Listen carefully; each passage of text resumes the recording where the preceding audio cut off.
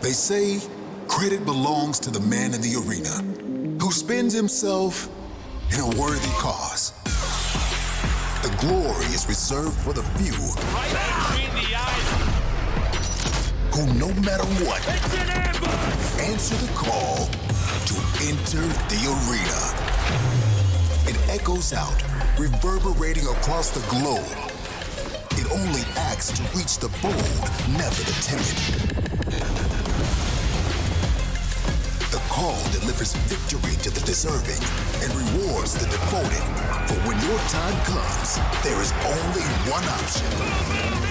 Enter the arena. Fight for the call.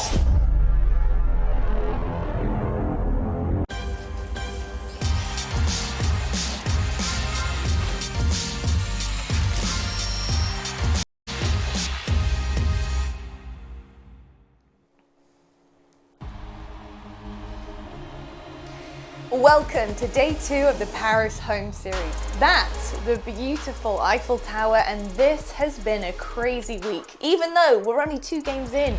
But today, things start with Cheen and aLLeY being tested by Ultra in match 1. But I'd like to welcome you guys into CDL HQ presented by USAA, and I'm joined by my main man. As per usual on the desk, I've got Nameless here. Dude, day 1 saw Ravens beating NYSL and FaZe surviving a very scary game 5 against Thieves. So at this point in time, I gotta start things off by asking you, who do you think is the best in the league right now? You got to say the Toronto Ultra. If you had any questions after the final, now they've all been answered. You look at their schedule, I mean, they're 6-0 in their last 6 games. They've won a championship, and in their last 2, they've won 3-0 back-to-back 6-0 map count. And Bance, your MVP, has kept it up. A 1.38 in the last series. The statistics are there. You can see it on your screen right now. They're well-rounded. They're incredible at all 3 game modes. And, you know, throughout their matches, they just seem like they're improving. We're seeing each and every player on this team play their role to absolute perfection. And with the continued struggles of FaZe, you got to put Ultra there, man. All these other teams are still trying to figure it out and getting over the bumps and bruises, but Ultra continue to coast. Damn straight. Ultra right now have got to be the best team, especially after seeing FaZe go game 5 yesterday and looking a bit lackluster. And honestly, I think FaZe are a great way to compare some of the teams because we've seen FaZe dominate in the previous stages. And right now, Toronto are excelling in every angle of COD, and I just don't think we can contest it. But Ultra will certainly test Cheen and aLLeY. So, Nameless, I've got to ask you, what do you expect out of the Guerrillas today? Well, first of all, this is going to be a great search and destroy battle. You got the #1 search and destroy team in the league in aLLeY going up against the #3 search and destroy team in the league in Toronto. So search and destroy battle there. I was looking for aLLeY to do some work in the vetoes and get a good map set for themselves, and they actually did just that. If you look at the map 1 Apocalypse, they have the advantage there on raid control. aLLeY is also 4-1. We know Toronto's great at the map as well, but you know, you give it a little bit more balance in your favor there. And then in the search and destroys, it's basically a wash. So the only map that they're really outmatched in terms of, you know, map record is Garrison Hardpoint. Now both these teams are new and improved. These are the season records that I'm referring back to, but I'm excited for this match today. And one player in particular I'm going to be looking at is Chino. He had a fantastic debut. He went off. I know everybody remembers the AK damage map that he had, but his impact to this team, we have to talk about it. He's going to these power spots, locking down positions in the respawns that allows players like Assault to now be a Slayer, to not have to think so heavily about rotations and the power positions. And Assault, he was fantastic in their last series, and through both respawns, he was like plus 24, just absolutely balling. So excited for this series and to see if they can continue that slaying ability. Me too, man. Honestly, I'm so glad they did the obvious and removed raid S&D because Ultra is 7-1 on that bad boy, and no one needs to play them at their best. That's for sure right now. But I think gameplay-wise for me, I think you hit the nail on the head there. And I mean, for me, it's all about the slaying right now because Ultra are just too good. Their slaying ability, they haven't actually gone below a 1.0 KD currently, averaging each player. So their slaying is out of control. I want aLLeY to really step up in a big way. And to be honest, I think it's a big factor for this team because like you said, aLLeY brought on Cheen, and I feel like that is something that they wanted out of him being on this roster right now, is to bring up that slaying power. But I tell you what, talking about slaying and power and maybe lack of, Standy and Røkkr. They've been struggling. Let's actually take a quick peek at their stats because we want to compare what it was like having Standy at the beginning and then Standy currently and what this roster now looks like. And you can see there is a bit of lackluster there currently. They haven't been doing too well. The S&D is a big pinpoint there for me. And if I'm honest, it's looking a little bit average at this point in the season, and I was hoping for a little bit more out of Røkkr. But you know, what does Røkkr have to do for you, Nameless, to restore your faith in them? Yeah, I mean, I haven't lost faith in them yet. I don't think it's panic time for Røkkr just yet. I mean, you look at their stats there, 1-5 in Search and Destroy. 3 of those games have been in around 11, and one of those has been in around 10. So the Search and Destroy, it's still solid, right? They're going up in these searches like they did against Florida, but they're not making the mid-round adjustments like they once were. So just tighten that up. They have a lot of film to go back and watch now. They've had some really stressful series. That's got to be trying on a team like this who's still just trying to, you know, figure it out and improve. So looking at this roster, I don't think it's panic time just yet. The hard point, they fell into the old routine where they're losing their hard points. The teamwork wasn't there. You saw Attach have a terrible map 1. Accuracy dropped the ball a little bit as well in terms of the slaying power. So I'm just looking at this team to tighten it up, man. There's rotations and teamwork. It needs to be on point in the series. Yeah, for sure. I'm going to, for once, disagree with you just a little bit. I do think it's panic time right now for Minnesota Røkkr. They didn't make top 2 in the last major, especially when they were honeymooning. They were at their best right there. They didn't make it. They still have to face Toronto on Sunday. And if they don't win against Paris, then next week, look at who they're facing. LAG, Empire. I think if they don't show us what they can do right now against Paris, I have a really bad feeling that they're not going to make it into the winners bracket for our next major of stage 3, which to me is a big problem. But you know what isn't a problem? Is what we've got coming up and knowing what our schedule is looking like, because US Army, they've got our backs, guys. Our Major 2 champs are back again to take another bite of the cherry during stage 3, and LAG have their work cut out for them to take down the purple powerhouses. Match 2 will see Legion fight for the chance to defend the Eiffel Tower at their home series as they take on the Røkkr boys, who are out to prove themselves as a top contender in the league. Well, here we go, folks. Match 1 is ready to roll. Attachez-vous, ça va être un banger. Which, if you're not French, means strap in. This is gonna be a banger.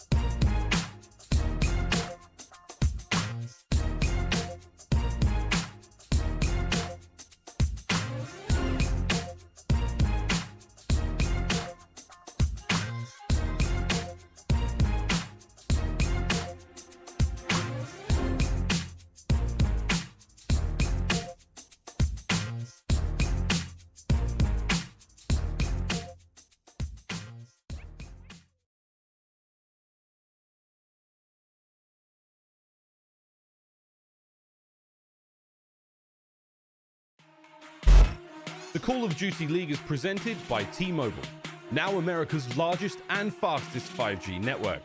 Set your sights on the competition with T-Mobile, the leader in 5G. Scump, the official controller of the Call of Duty League.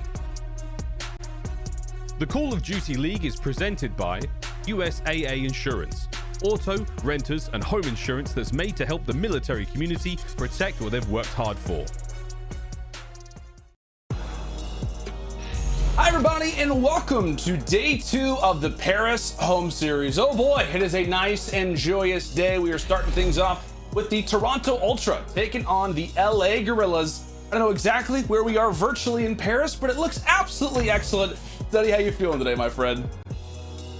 I'm feeling good, man. You know, nice Friday to kick this off. We're going to have a great match to start. We got the champs coming in, which is the Toronto Ultra, and then LAG, who's got a fairly new roster. Money Cheen is back in the CDL. I'm excited to see this matchup. Absolutely, man. Like you said, Money Cheen is heating up. I know Nameless was giving a lot of props to Assault as well. It's going to be great. But hey, like we said, we got to talk about the team that is currently on the tip of everyone's tongues. This roster is looking so solid as of late. Let's go ahead and meet him, the Toronto Ultra.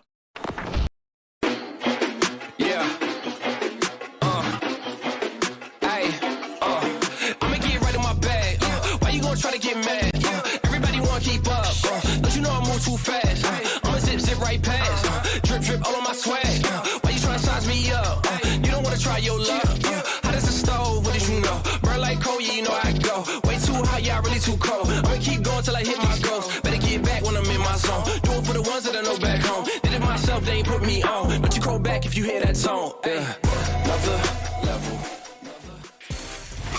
And there you have it, your Toronto Ultra. I mean, what's that? A 6-series winning streak. They've won 9 maps in a row. They're a perfect 6-0 in maps so far, just to kick off stage 3. What have you made of this Ultra eruption? Man, they gotta be the best team in the game, man, without a doubt, bro. They took down the big dogs in FaZe at the major, and then ever since then, these guys have just been riding that train of just being dominant together. And the reason why, for me, is just because of their teamwork, man. All these guys are sitting over a 1.0, and the fact that all these players are just stepping up when they need to the most is really impressive for me, because obviously, to start the beginning of the year, they weren't the best team, but they worked on it, they got better, they made that change from Mentis to Insight, and ever since then, man, these guys are just taking off, man. They're the best team in the game, like Lottie and Nameless said throughout our HQ breakdown right off the rip of the day. But like I said, man, they're just really hard to top right now if you don't have your teamwork on point. That's a great point. And I feel like, you know, there has been kind of that conversation as of late, right? About like, you know, are they the best team in the game? And I know with a few struggles, maybe as of late, people have kind of started to put them in that top spot. And I think it's well-deserved, without a doubt. But hey, we talk about teams that are kind of on the rise. Of course, you got to give all the props in the world to the Toronto Ultra, but a team that's kind of catching a few of our eyes as of late is the team that sits on the other side. Go ahead and put your hands together for the LA Guerrillas.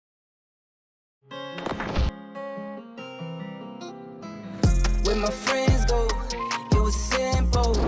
When the ends low, switch the tempo. I got right, I got heart, I won't die, I'ma fight. I go down, bet I strike, I go hard day and night. Money on the line, keep calling.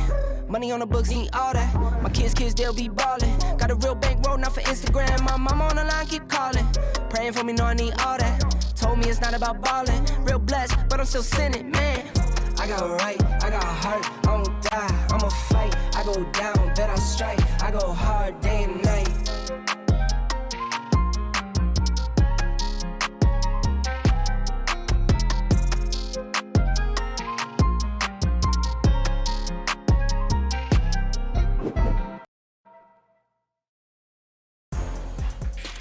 And there's a look at your LA Guerrillas. I mean, what's study? We take a look at this team. Obviously, they bring in Cheen in the series versus Paris just a few days ago. And boy, did he and the rest of the team perform in that series. A hot 3-0. What are you expecting out of the Guerrillas today? Oh man, so in their last 4 series, they're 3-1, and just I'm expecting greatness from the Guerrillas, man, because watching them versus Paris last week, they were really stepping up in those resawns, especially the assault rifle players. With Assault being the main AR, Cheen now being the flex, those guys are really working that 1-2 punch together. So hopefully they're able to keep that up today versus Insight and Cammy. Yeah, because I feel like, you know, the whole conversation was about Cheen, his performance, right? He goes for like a 1.38. Yeah. Little did we know, Assault just happened to have like a 1.5 in that series as well. Yeah. But as you called it, man, kind of their performance in their last 4, it's I don't want to say it's staggering, but it's impressive. Like the W's that they've had, it's definitely a sight to behold. Now let's go and take a look at our game fuel keys to victory for the team that we're talking about right now, the LA Guerrillas study. Yeah, and like I said, man, the ARs need to have a big performance versus the defending champs. And in the series versus Paris, 1.58 for Assault, plus 26. And then Money Cheen, he's going to be a 1.36. And then only on raid control, offense needs to improve. They're going to be playing raid control today, which is not one of their strong, I mean, actually their strongest control map, but they only have 5 attacking round wins throughout the entire season. And that is just not something that you can go forward on if you want to try to take down that control. And then avoid Checkman and Garrison at all costs. To combine, I'm pretty sure they are 3 and 18 throughout all those game modes across the board for those 2 maps. So just completely get those guys out. But unfortunately, that map 4 is going to be Garrison Hardpoint. Yeah, it is. We unfortunately will have to say it again. When you have a record like 3 and 18, there's definitely some work that needs to be done. But now our keys to victory here for the Toronto Ultra Stud. We actually had a hard time trying to come up with some stats. Like, how do we really kind of improve this team? But what did we come up with? It's hard, man, because like you said, man, these guys have been on fire. So just continue that control dominance. Currently, right now, they're on a 7-game win spree where they started from the beginning of the season where they were 2 and 11. They have went on and just completely dominated that game mode. And then keep up the great teamwork and comms in the Search and Destroy. 9 and 1 in their last 10 S&Ds, and a couple of those going up against Atlanta FaZe. So that's really good. You got to keep that up. And then Bance needs to continue to have that hot hand. I'm telling you, ever since stage 2, the guy's just been on fire. He's consistently shooting people in the back, playing his positioning perfectly, and this is really difficult to keep track of him, and hopefully he has that performance today. Yeah, man. So when we talk about the Ultra, I feel like we obviously have to talk about Bance a majority of the time, his impact, what he can do around the map. But speaking of map, let's go and take a look at our map set coming into this one. We'll start things off on Apocalypse Hardpoint. We got Express Search and Destroy for game 2, Raid Control, Garrison Hardpoint, and if we can get down to it, a Miami Search and Destroy study as we take a quick little gander at the vetoes for that moment. Did you take anything away? Any major strong suits coming into this game 1 or really throughout the series?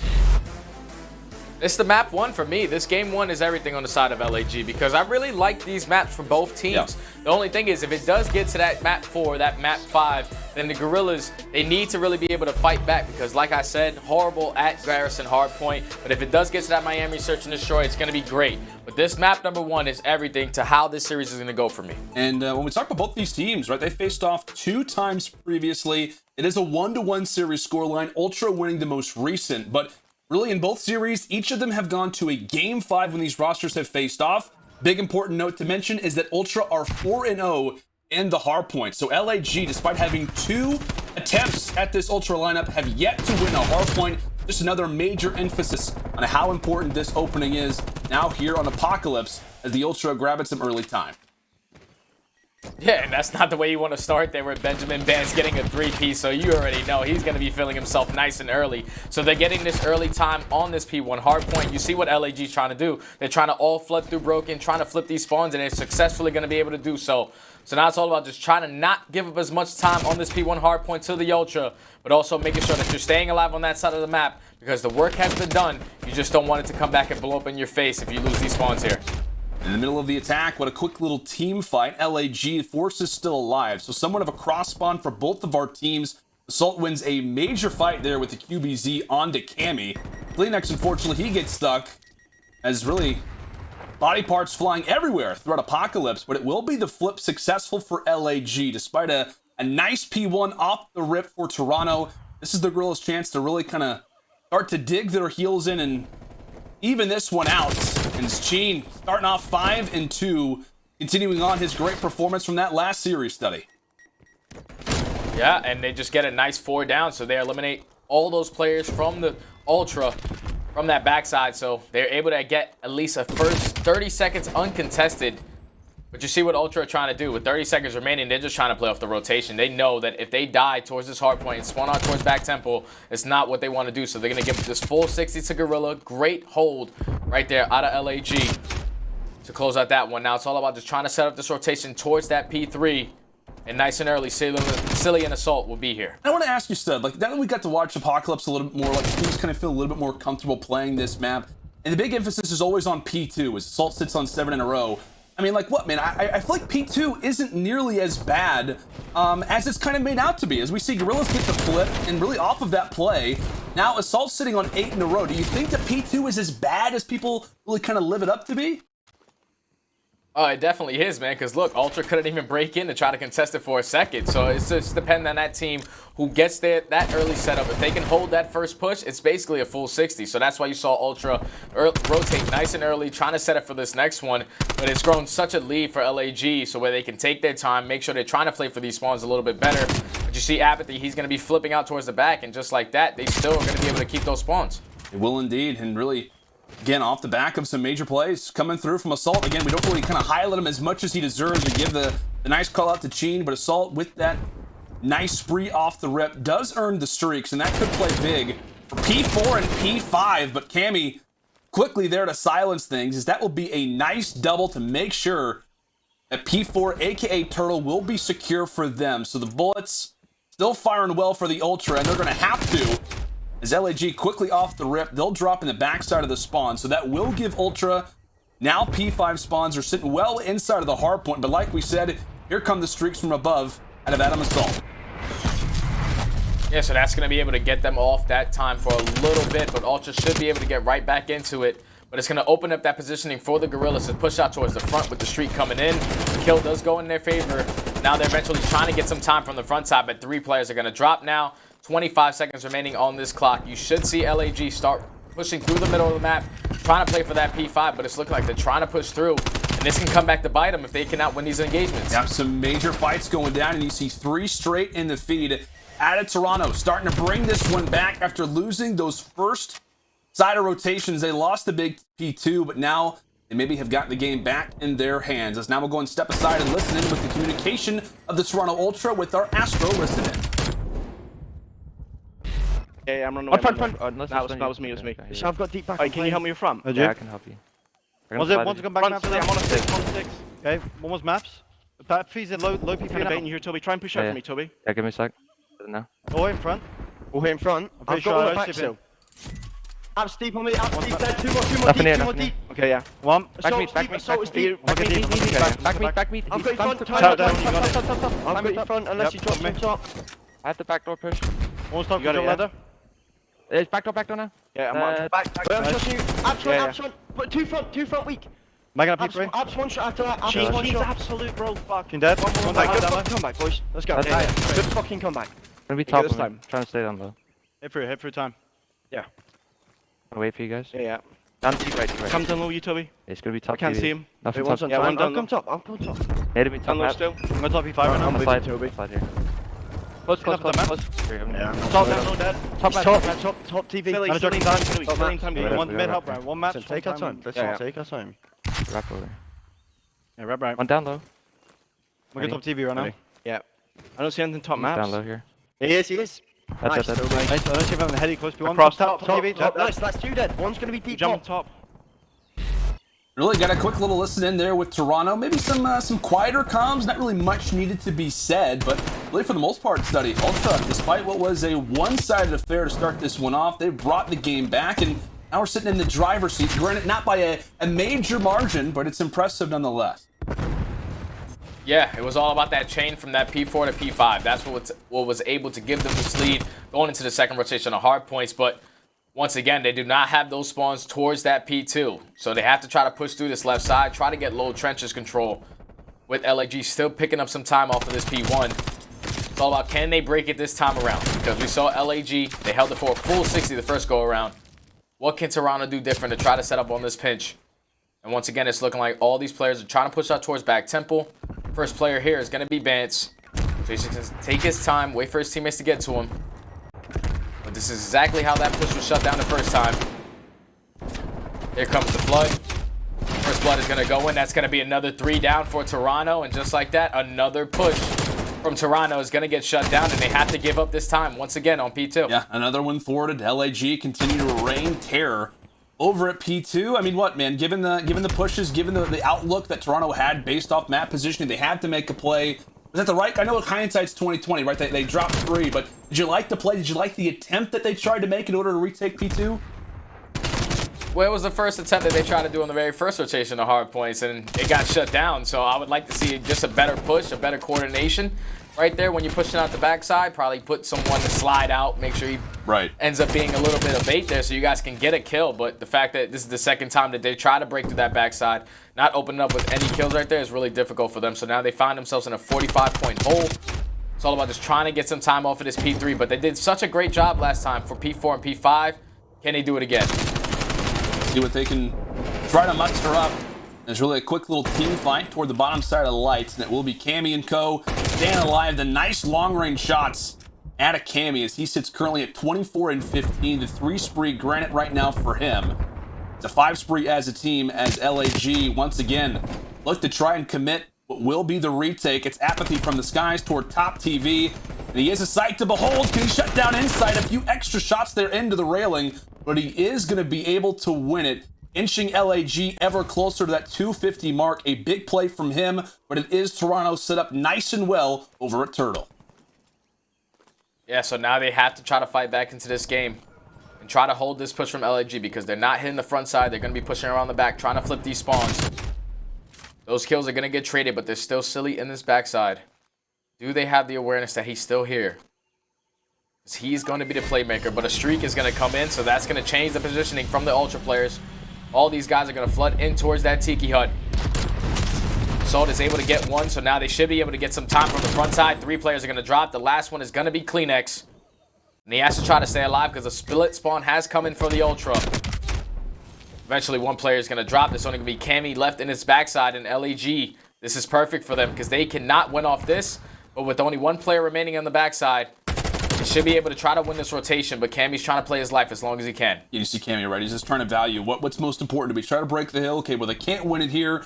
Let's at least try to hold on and really just try to set up well for P5. Again, the great streak usage comes through from Assault. That will put them within 3 seconds of locking up this game 1. Again, as we discussed, LAG yet this season to beat Toronto in a hardpoint. 0-4 versus them on the season. But how can Ultra start to lock things down over at P5? Some good progress made to the middle side of the map, but aBeZy, the farthest pushed up player, as he will look to try and be a tour guide really for his teammates. Apocalypse, be a nice destination potentially, but again, this could be a victory here if Ultra can lock down every single second. It will be LAG that has to try to break on in, but that's 2 straight, make it 3 straight. The door slammed right in the face of the LAG boys as they are in desperate need of a rebound. Ultra now within just about 10 seconds. As can they make the break? It's Cammy from one side. The entire team set up well, but here comes Cleanex from the back. Assault tries to make somewhat of a stopping ground from the front, but it's Cleanex. It's Cleanex. It's in sight. Everybody shutting down the players of Guerrillas. And a 3-point win. A major comeback out of the Ultra to lock up Apocalypse. Man, and that one hurts if you're LAG because you had 2 great holds on P2. You were only 3 seconds away from closing out that map number 1. You just couldn't set up a proper break to break towards that P5. Every single kill went in favor of the Ultra. Cleanex ended it out on a 5 spree, just turning and burning on kids. And that is great if you're the Ultra. These guys have heart. They never give up to the very end, man, and they close out that map number 1. But LAG, that one's gonna sting, man. You had 2 streaks. That P4 could have went definitely a couple more seconds into your favor, but man, Ultra, they are the champions for a reason, man. They clutch up at the end. They are. And I tell you what, man, we actually got to take a quick little look back at that hard point. The way that one ends out is crazy. I know we'll try to break things down a little bit more. So what, at this point, it's 215 to 247. A major differential. We're talking about LAG, right? Just try to at least contest the time, try to break on in. You just need 3 more seconds, but this was really the play, the opportunity for Guerrillas and Study. They couldn't get anything going. Yeah, they just couldn't, man. They held the line right there for the Ultra, and then they only set up 1 more push for the Guerrillas to try to break in. This is the last attempt that they have, and the closest pushed up player is going to be Chino, but he decides to back up, play with his teammates a little better. But at this point, it's panic time. You have to try to get into that hard point, try to contest it a little bit, and force it to go towards that P1. But they were able to get 1. Eventually, kills go back and forth. But once again, Cleanex, he goes huge in the hill. That's going to be the 3rd, and there goes the 4th onto aBeZy. He was just trying to play the trade right there, but Ultra with a great hold to close out that hard point. Absolutely, my friend. Well, Ultra, they're hyped. They just continue to do it, extending their map streak and claiming map 1 as theirs. When we come back, though, it is Search and Destroy on Express. Stay with us.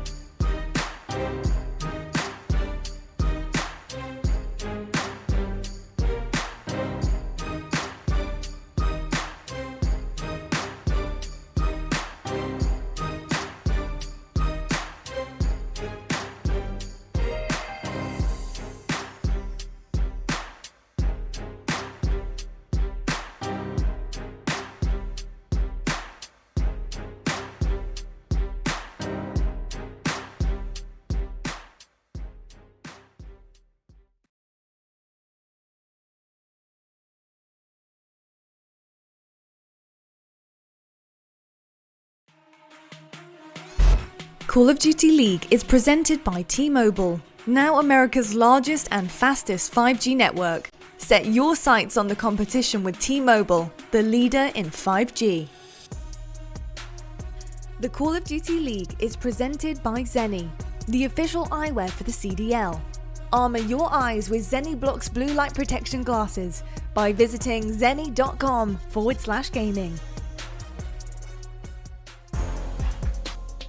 Welcome back, ladies and gentlemen, to the Call of Duty League. I tell you what, man, we gotta focus in on this Toronto team. His Vance, he's quiet, he's sitting nicely coming into the search and destroy. Don't worry, he's not asleep. In fact, he is firmly awake. This team has awoken really steady since that loss at the Major to Atlanta. Since that time, they are 6-0 in matches. I mean, in what? As we look down the list, the stats, they speak for themselves, buddy.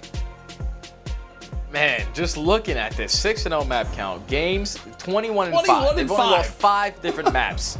They've only lost 5 maps. They lost 4 hard points, 1 search and destroy, undefeated in control. I'm telling you, this team is just on fire, man. Consistent gameplay from across the board, top to bottom. This team is on point, man. And look at that. Even in that map number 1, they were even down by 50 points going into it. They need a perfect 60 to close out the game, and they get the job done, man.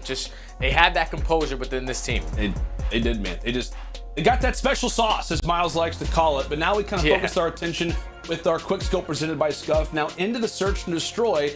I mean, from the LAG side, we talk about the respawns, not normally going to be favored, but search and destroy, it's been good for them, right? 12-7, that is the second highest CDL record right now. And we talked about Express Search and Destroy. This at times has been good for both of these teams. I mean, I was going to go out there and say it. I mean, how do you feel about Guerrillas' chances after losing a close hard point like that? They do have a new player in Sheen in the lineup, but how do you think they fare off on a map like Express? On a map like Express, well, for both of these teams, they do have underneath their belt that they have 6-0 Atlanta FaZe on this map. So both of these guys really enjoyed this, and I'm pretty sure we have our top search and destroy team going up against our 3rd overall search and destroy team. So both of these guys are really good at this game most specifically. Now it's all about what adjustments can these guys make, because LAD, they do such a great job of just setting up those team pushes. They work nice and slow, making sure that everything is technically what they want it to be. And on the opposite side, you have Ultra, where Bance and Kleenex, they're usually that playmaker. If they decide to go towards A, they hold down low lockers a lot. It's just going to be really difficult to fight these guys. Both of these guys are really good at this map. This is going to be a banger. It is. It's going to be fun. Like you said, the 2nd and 3rd best search and destroy team in the game right now. We'll see how things fare off as we'll look through the eyes of good old Benjamin Bance. The objective in his hands is to look to plant the bomb quickly at A. For LAG, but a 3-1 split for them. Swing and a miss, but that miss could, in fact, turn into a nice rotation as Bance hunting through the middle. Does fire away. Can he find the kill? Does manage to shut down aBeZy. On the other side, Insight falls. So a current 3 versus 3 as the retank looks to be attempted right now out of the Guerrillas. Again, they swung and missed over at B, but now it has turned into a 3-man hit on the flank as Cellium looks to try to make the recovery. He finds one toward top. And really, with 15 seconds left, somebody's going to make it the play at the bomb quickly. Bance falls. A successful retake and a successful defuse coming through from LAG. Yeah, that one got a little scary for me from LAG, but they decided to send 3 towards the flank. aBeZy was the only player left on their side of the spawn. He eventually dropped, but just the positioning, the aggression from all 3 of those players that were pushing the backside, they were eventually able to get those trades in their favor, turn it into a 3v2. Silly wins a big gunfight towards that top ticket booth. Eventually turns it into a 3v1. It could have got scary if aBeZy didn't win that gunfight because the clock was not on their favor. They had to get someone on that defuse, but they get the job done, man. Good round right there out of LAG. Yeah, solid round out of this team, and teams just, I mean, I guess maybe we'll just kind of forget how good this team is at their coordination. I know that at times the record, sometimes they come out slow with that search and destroy. It has been their backbone, as we like to call it, as Bance quickly eyeing on a few players toward the train. Well, he's not going to be able to find a single one, as Kleenex, the SMG duo, is able to drop one for the moment, but the quick trade assault continues on as he is now 4 in a row. aBeZy for the plant. 1v2 for Insight, and really, if you are the Ultra, this is probably the one guy that you want to be alive in this situation, Study. Definitely want Insight to be alive in this 2v1 situation. That's all about what can he figure out, what kind of information can he gain. With the clock ticking, aBeZy's going back and forth from low lockers, but he might have just got good timing. Is he going to check his corner? Yes, he does. So it turned it into a 1v1, and he has the info that Assault is going to be towards top window, but he has to be aggressive with 15 seconds left. He's going to jump, make some noise, and he's going to catch him off guard, but Assault is going to walk away with the engagement, picks up that 74U to win that close-up battle. Just like that, LAG go up 2-0. I gotta say, man, I thought that was such a great read.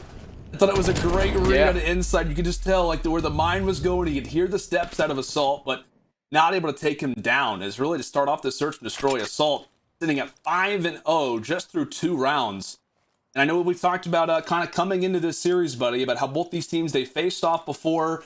And in their most recent engagement, which was quite a bit ago, we actually saw Express Search and Destroy, and it was LAG winning this Express S&D 6 rounds to 2. So, again, they played in this map, they played in this situation. It was LAG that got the dub.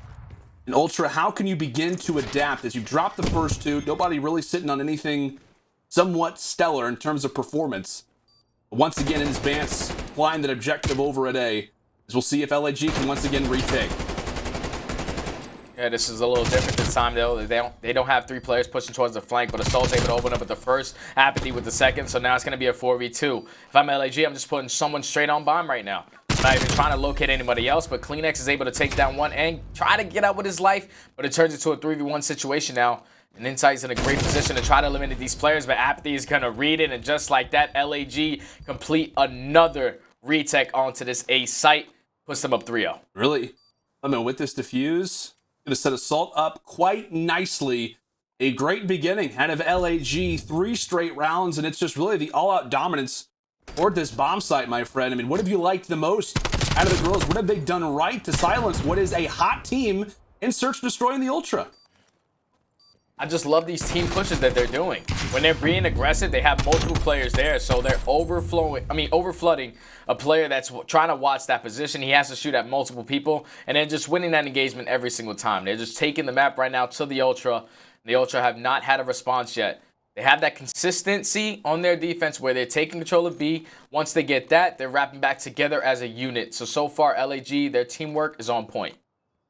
And so is Assault, man. I mean, we're talking about players that are on point. Assault 6-0. And not talk enough about this guy. His performance as of late has been unbelievable. But here we go quickly into our 4th round as LAG looks to start things off. Not dropping a single thing. Assault aware of Cleanex's position. Thankfully for Cleanex, he does have Vance just toward his side. Did you notice Toronto not taking any unnecessary engagements, right? They're playing things slow, trying to make LAG work for every single bit of map control that they want to find. His utility still coming around, 40 seconds left. You just talk about how quickly these gun engagements can start to come through, but aBeZy, he stays alive on the ladder. Regardless of that, Assault tries to come in for the bait and switch, but it's the SMG duo from Toronto locking things down. Insight from the back. Cellium at least able to find one, but it's a consolation kill at best as Ultra finally get on the board. Yeah, great 2-man job right there out of Cleanex Advance. Just stay alive the entire time. LAG knew that there were multiple players in towards this top control room, but they just couldn't get up. They were trying to set up that pinch perfectly, but both engagements go in favor of the Ultra, so they turned it into a 2v4, and then eventually Insight picks up one, and eventually the last kill is traded. So big round right there out of Cleanex and Bench to just stay alive with all that noise that was being around them in that situation. They get the job done and secure that round. They secure the round. They also secure the fact that Assault, I don't believe, did earn streaks. I don't think he found like an assist or anything like that. So Assault will stay at 6-1. That could have been a major benefit for LAG. What, you go up 4-0, you got the streaks. You like their chances to close out this search and destroy, as we already would have been thinking about that control. But a major sequence there out of Ultra. As now we'll look at what their attack seems to be here.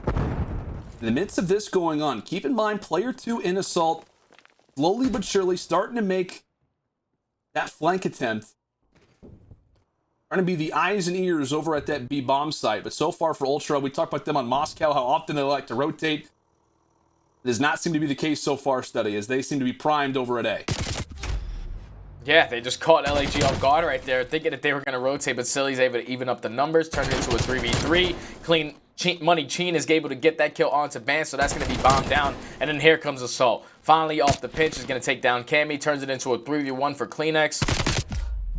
With 15 seconds remaining, he's eventually going to drop and LAG secure another defensive round. That's 3 defensive rounds right now going in favor of LAG. They're dominating right now, man. They're doing their thing when it comes to that teamwork. They're setting it up perfectly. They're not being impatient.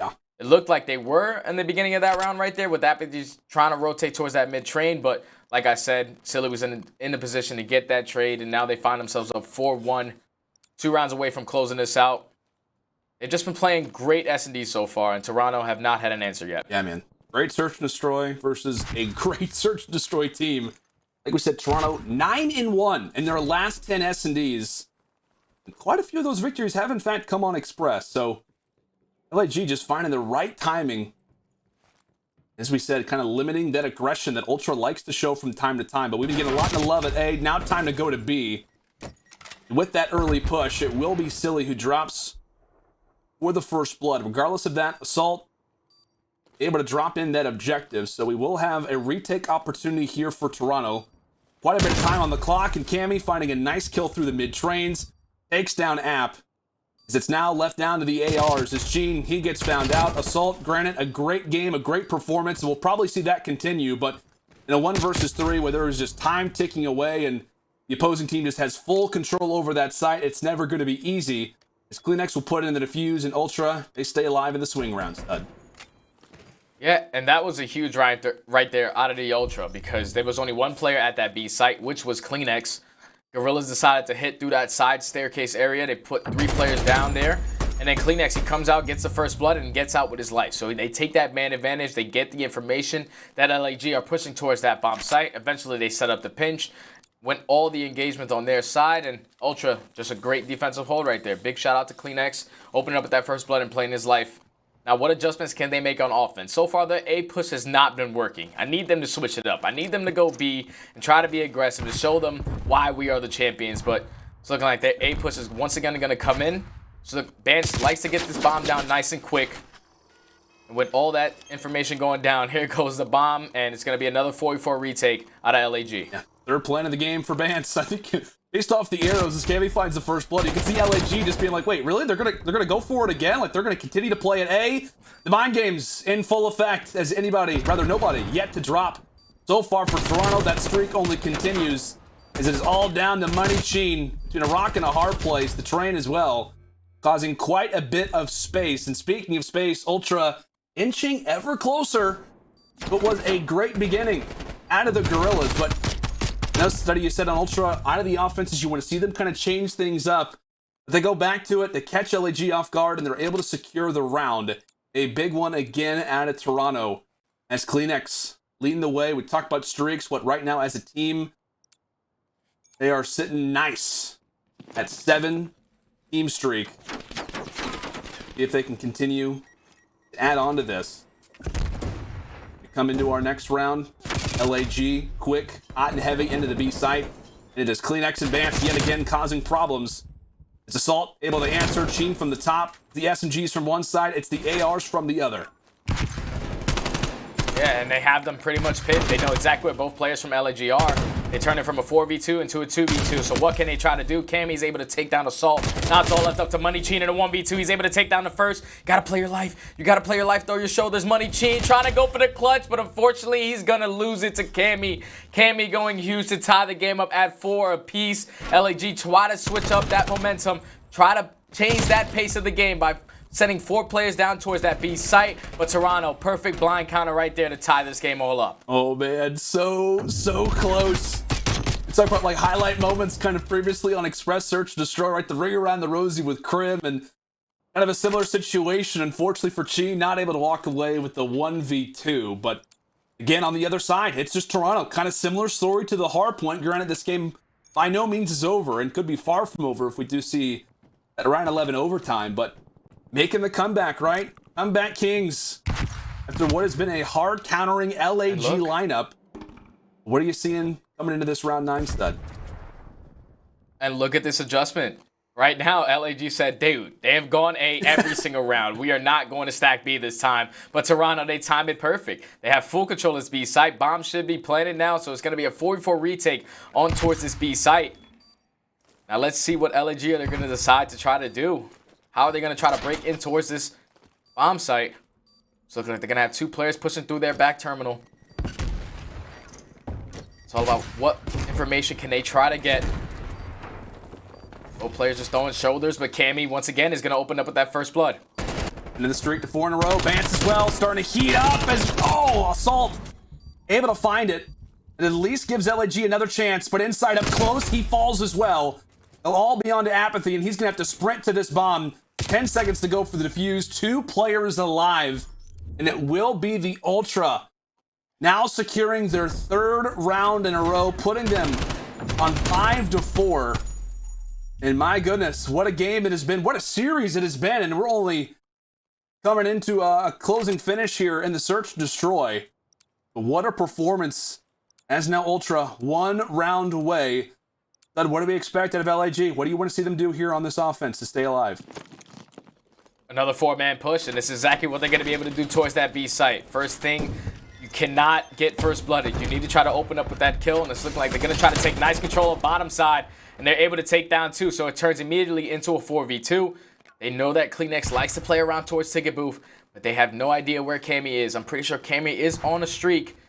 2 away from trying to pick up some kill streaks, but unfortunately, he's going to get dropped. All left up to Cleanex, and just like that, we got a round 11. Oh, a round 11 indeed, baby.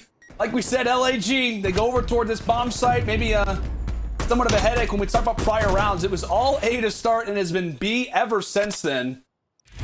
But here we go. An opportunity for LAG to level up this series. After being 3 points away for a long time in the hard point, we'll now have to do it again here on offense, attacking over at B. But from the Ultra side, it will play heavy through mid and will funnel now in from Ticket. You got a 2-2 split. You instantly see player 7 in the insight going for the rotation. Meanwhile, Bance tosses the nade over his head. Shuts down aBeZy, so one of the entry SMGs taken down from LAG. In their offense, they have to find a pick. And you see Toronto kind of based off of the minimap. Spacing is great for them. Just trying to poke LAG in every sense they can. Not allow that objective to go down. Cleanex up close. Assault from the top side. Round 11 continues to get ever more intense, but LAG now with some map control decide to push forward. The trade now is inbound. The AR is left up. Machine finds a big one there on the Cleanex. Now a 2 versus 2. Cammy from one side, Insight from the other. And this could be the pick. Inside Assault, they both read each other. They get the information. Now maybe time for the plant. And Assault catches Cammy. Assault catches Cammy. Now it's all down to Insight, but Insight finds the player going for the plant. A 1v1. Moneychin versus Insight. Insight goes for the play, and he's able to find him. A huge 1v1 coming through from the rookie as Ultra continue to be the clutch kings, winning the 3-point hardpoint game and now winning the search and destroy in a round 11. Man, what a 1v2 out of Insight to close that out. It was a 2v3.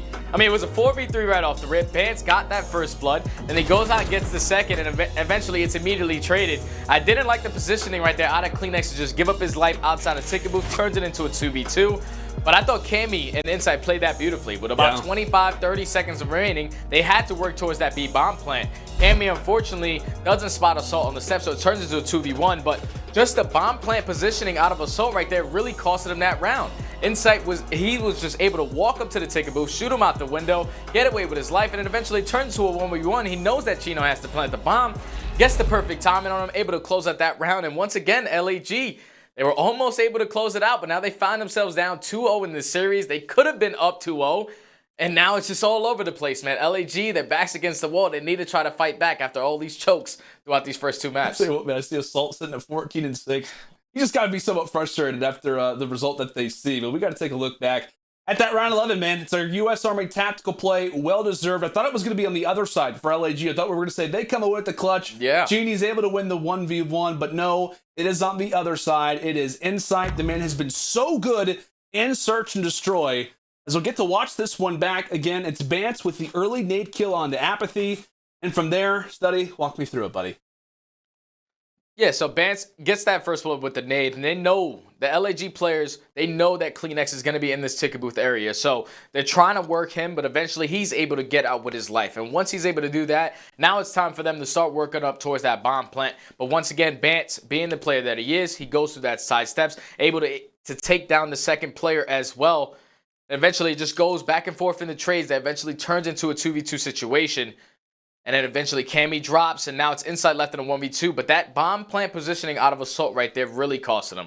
Because if he's able to plant that bomb down on the backside of the bomb where Insight needs to overextend to try to locate that player, probably sets up Chino a lot easier for that kill. But like I said, we're going down to this round. Here comes Insight going through that middle alley. Cammy, he tries to time it perfectly, but he gets taken down by right here by Assault. So now with about 20 seconds remaining on this clock, that bomb going down in the middle is really difficult for LAG to try to close this out. Turns into a 1v1. Like I said, Chino has to plant this bomb. Runs directly into Insight because he read that play beautifully. And eventually they close that out, man. LAG, they just need to do a better positioning on that bomb plant because they were able to win that if they just get that bomb down in a 2v1 situation. Oh boy, it's crazy, man. Like I said, you see the reaction there out of Toronto, just mind blown. They were able to come away with that, but a great breakdown. Yeah. A great breakdown in that round 11. Unfortunately for LAG, maybe experiencing a breakdown of their own. Just kidding, LAG. Absolutely love you guys. But hey, Control up next. Can Toronto walk away with a 3-0 sweep? Or can we see the Guerrillas answer back after what has been a frustrating start to the series?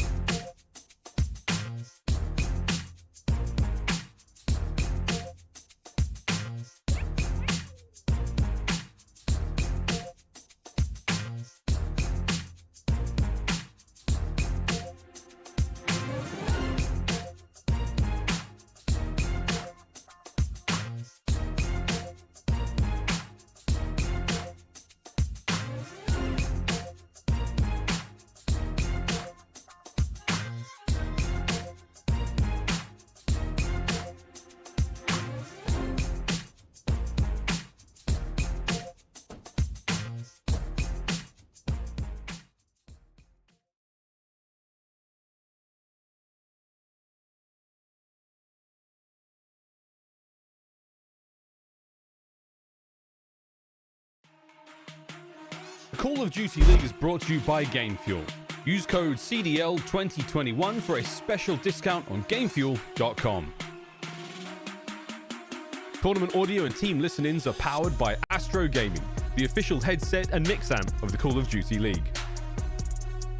The Call of Duty League is presented by Zenni, the official eyewear for the CDL. Armor your eyes with Zenni Blocks blue light protection glasses by visiting zenni.com/gaming. This should be fun.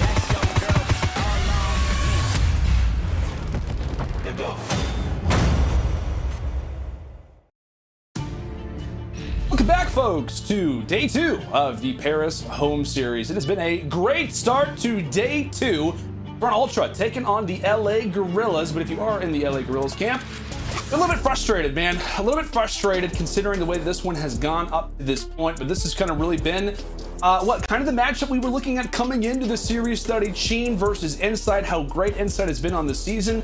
And then in Sheen, right, how great he was in his debut versus the Paris Legion. Not a whole lot of people were expecting the, LAG to come out and really do a whole lot. They come through with the sweep. Granted, it's not been a great start for the LAG boys, but it has, it's been an interesting start, right? Both players somewhat competitive. Insight with the 1 versus 2 to lock up that round 11.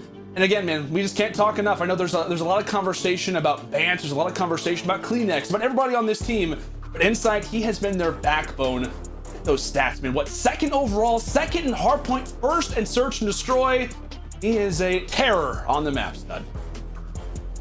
Yeah, he's Mr. Consistent from top to bottom. The only thing is that control 1.01, but before he was at a 0.8, so he's definitely improving on that. But like you said, man, he's just been that backbone for this team, and he's really been stepping up every single game, bringing that consistent AR work across the board for hardpoint, for search and destroy. The guy's just on point. And the opposite side, you saw those stats from Chino. They were basically the same. The only thing that was a little bit different was that S&D, 0.78 to 1.0. If Chino gets that last kill, it's probably a little different there as well. But just a tremendous series that we have on our hands so far. We have, man. It's a shame, right? Because I personally, I'll be honest, Yo Pick'ems, I saw the map videos and I was like, I'm going crazy today. I'm going with the Guerrillas. Chance beat me last week for the Talent Pick'ems championship for the crown. I was 2 points away, and I said, you know what, coming into this series, I'm gonna go for a curveball. And so far it's not been great. It's not been too good for me. But hey, like I said, LAG, you know, they've had a few good moments. Right, a 3-point, hardpoint game. They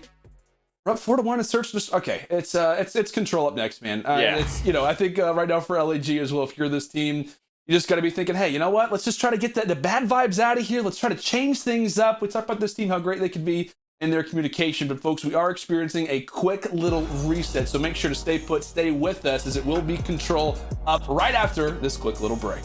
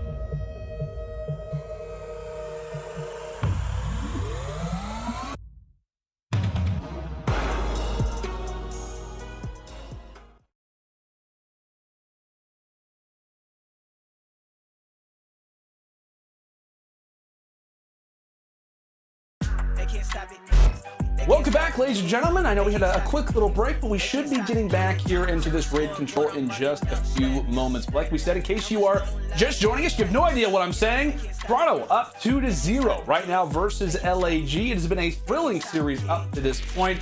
But hey, man, when we talk about Toronto, we got to talk about what has been their road and what is still coming up for them. What they got: the victory versus Florida Mutineers, the 3-0 win versus Dallas just a few days ago, and one map away from another 3-0 sweep here versus LAG. And what, man, they still got a few difficult games to come to end out their group, stud. Yeah, I'm looking at these matches that they have yet to play. And they have the potential to go 5-0. The only one that I feel like has the ability to try to take down the Ultra has to be the Røkkr, because obviously we know the Røkkr. Unfortunately, they have been on the downwards ever since that honeymoon stage to when Standy first came in. But they have the potential to go 5-0, man. And they're up 2-0 in this series. They get the job done easy with Florida. They get it easy with Empire. And this team is just riding on all standards right now. They're just feeling really good right now. And they have the potential to go 5-0. They're one map away from going 3-0. And like I said, man, that 7 win spree in control for Toronto is really scary for the Guerrillas. Even though they're going into their best control map, Toronto's just on a whole different level right now. They are indeed, my friend. Now we'll go take a look at a different road right now for LAG. Correct, they do get the nice 3-0 versus the Paris Legion. We'll see what happens in regards to this series, but like I said, man, they got Dallas, they've got Røkkr, they've got Mutineers. A stacked next 3 series for these guys. And I tell you what, man, at times, like I said, this team, they're 3-1 in their last 4. Excited to kind of see maybe what this team can do moving forward. But hey, man, we cannot forget, right? We cannot forget the team that they're currently lining up against, the way that Ultra have looked. They've been excellent. Like I said, they've been excellent, and like we said, man, they've been clutch. And I know that, you know, we've kind of witnessed this kind of throughout a number of different years when you kind of have that top team. A majority of the time, it can kind of come down to those clutch moments, and it's impressive to see that Ultra are not just looking good in multiple series, but they're also clutching up in a big way as well. Yeah, man, a 3-point hardpoint in the very first hardpoint, a 6-5 search and destroy. These guys have that ice in their veins, man. Now they're going into a raid control, like I said, which is going to be LAG's best map, 4-1 record on the year.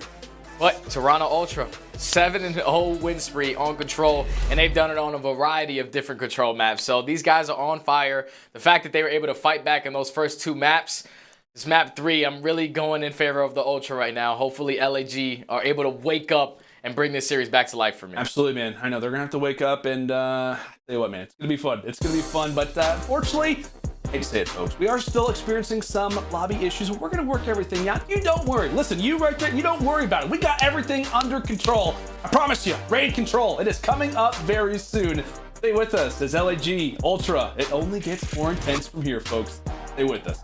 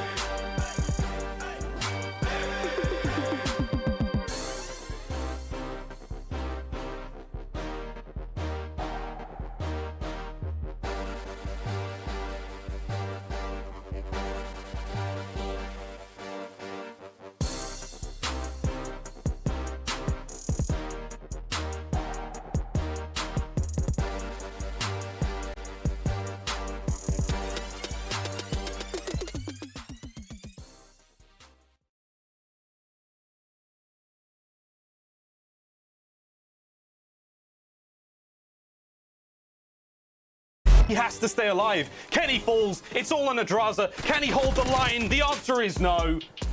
Go, boys. Holy we're good. Oh my God, Go,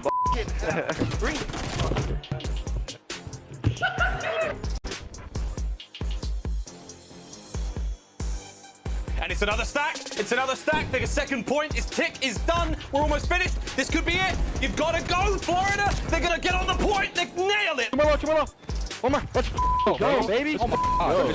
Guys, yo, I just yelled at you now. 8 versus 2. Make it all down to Clay. 9 kills in the entire game, and he needs to get 7. Dealt with, done, and dusted. Last guy. Where's last guy? He's bottom wing. Where? Watch out on B. Nah. fucking go. Good job, baby. Good job, boy. Gotta get in the point. It's within 10 seconds. Toronto, they're putting in all the necessary kills. I'm watching pillars. I'm watching pillars. Watch medic. Preempt. I need it. I flooded. Oh my god, boys! Oh god, what are you talking about, baby? 3 to 10. The Thieves, can they do it here? Can they close this out? They're gonna locate Clayster on the A Street. Last player is gonna be Diamond Con, trying to do everything that he can, but the Thieves. Yeah, how much health here? People play then. Nice! One more, Let's go. First P5. I'm at the... Let's go, baby! Go, Oh my god.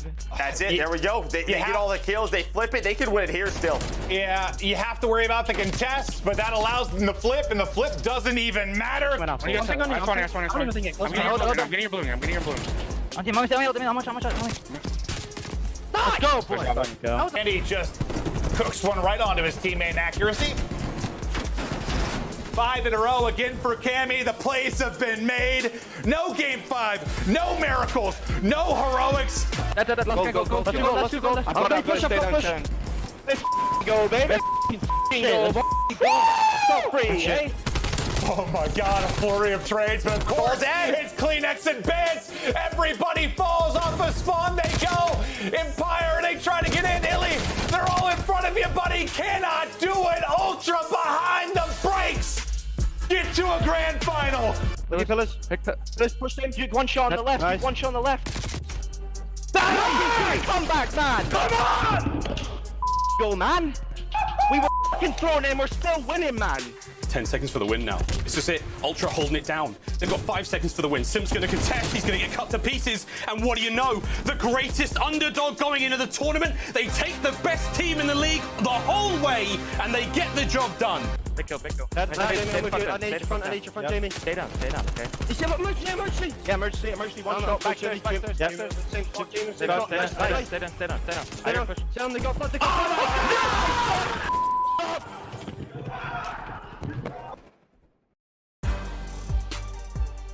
I mean, what, man? That was just a number of different amazing highlights out of the Ultra as of late, as those 4 sitting strong still toward the top of what has been, like I said, a very interesting series up to this point. But folks, like we talk about, this, like I said, this upcoming Control ban, I know it's been heavily awaited. We're still waiting on the game officially to get decided, but we're going to be in here in just a few moments. But like I said, man, this series, again, if you're just joining us, has been all about Toronto up to this point. It has been all about these guys, their ability to clutch. It was a 3-point hardpoint victory. It was also a nice comeback in the search and destroy as well. And on topic with that, it's our Astral Social soundboard. This one coming in from Miles the Ross. He says, Winsight, OMG, what a final play. I had LAG taking that round 100%. Control is either going to be insanely close or a bad blowout. Stud, what are your thoughts on Miles' tweet there?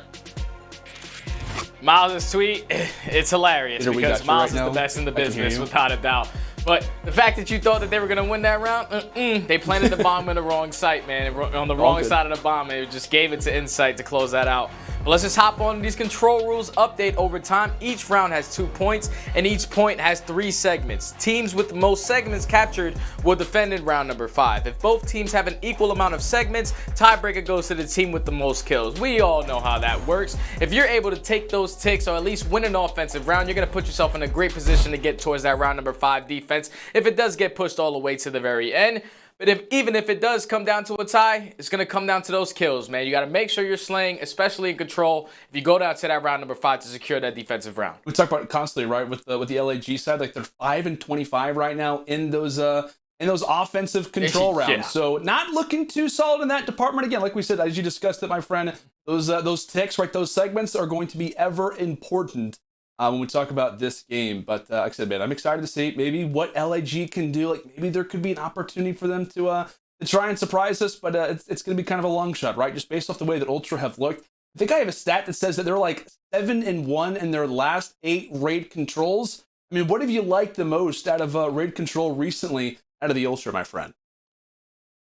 Well, overall, their record is 9-7, and the fact that they are 7-1 in their last 8 times playing that map shows that they've been really putting their work in to get better at that map, because they're solid at Checkmate, they're solid at Garrison, but not a lot of teams like to play those. Raid is usually the one that teams like to play, and they have just been putting in the work, getting a lot better at that map, and it's been showing, man. It's really difficult to beat these guys at that game mode. The way that they're able to take control of Kitchen, specifically between Bance and CleanX, they're just finessing. Bance is always behind you, killing players all spawn. It's just really difficult to keep track of all these players. They're being menace to society, man, and it's really difficult to stop them. I like that. I like that. Menace to society. Nice call out, my friend. But like we said, man, that raid control, it's going to be a fun one. But like we said, folks, we are experiencing a few tech problems. We're figuring everything out, so don't you worry. You sit in your seat, you sit near your monitor, you get that popcorn ready, because I promise raid control is going to be up here in just a few moments. But while we wait, let's go ahead and take a look at last week's Scuff Team of the Week. This is your Scuff Team of the Week, a super team built with 4 of the top performers at the most recent event. 3 players were selected by the league and 1 was selected by fan vote. Stick around to the end to find out who made the team. First up, it's Insight of Toronto Ultra. This guy's having one heck of a start to his rookie year. He only joined the Toronto roster at the beginning of Stage 2, but after a few weeks of seeing him play, it's probably safe to say that he's one of the top ARs in the game today. He's a consistent slayer across every game mode, and this event was no different. Insight's big performance of the week came in Toronto's match versus the Florida Mutineers, where he dropped an astounding 1.67 KD, a stat owed largely to his monster game on raid control. Across 5 rounds, Insight won a combined 38 and 18. It's not every day that we see a positive 20 game, let alone from a rookie who's only in his 2nd month of competition. Next up, it's Bance. Fresh off a hot major performance, Bance continued his 2021 glow up to the first week of Stage 3. His aggressive SMG play is often the key to Toronto's success, especially in the respawns. Bance had a strong week across the board, but if we were to highlight one moment of his weekend, it's gotta be the 5th round of raid control between Toronto Ultra and Dallas Empire. Things were looking bad for the Ultra after they got wiped off control point B by the Empire. All Dallas had to do to secure full map control was to kill Bance for the full team wipe. But somehow, someway, Bance managed to go on a solo tear, taking out all the players on the point, all while intercepting Empire's fresh players off respawn. His play bought his teammates enough time to retake the point and slam the door on the series with a clean 3-0. Our 3rd player is Envoy of OpTic Chicago. This young SMG phenom is often credited as the route man and playmaker of OpTic. It doesn't matter who you are or what map you're playing on, this guy is somehow always going to find a way behind your team to shoot 3 of you in the back and leave you wondering how he even found the opening in the first place.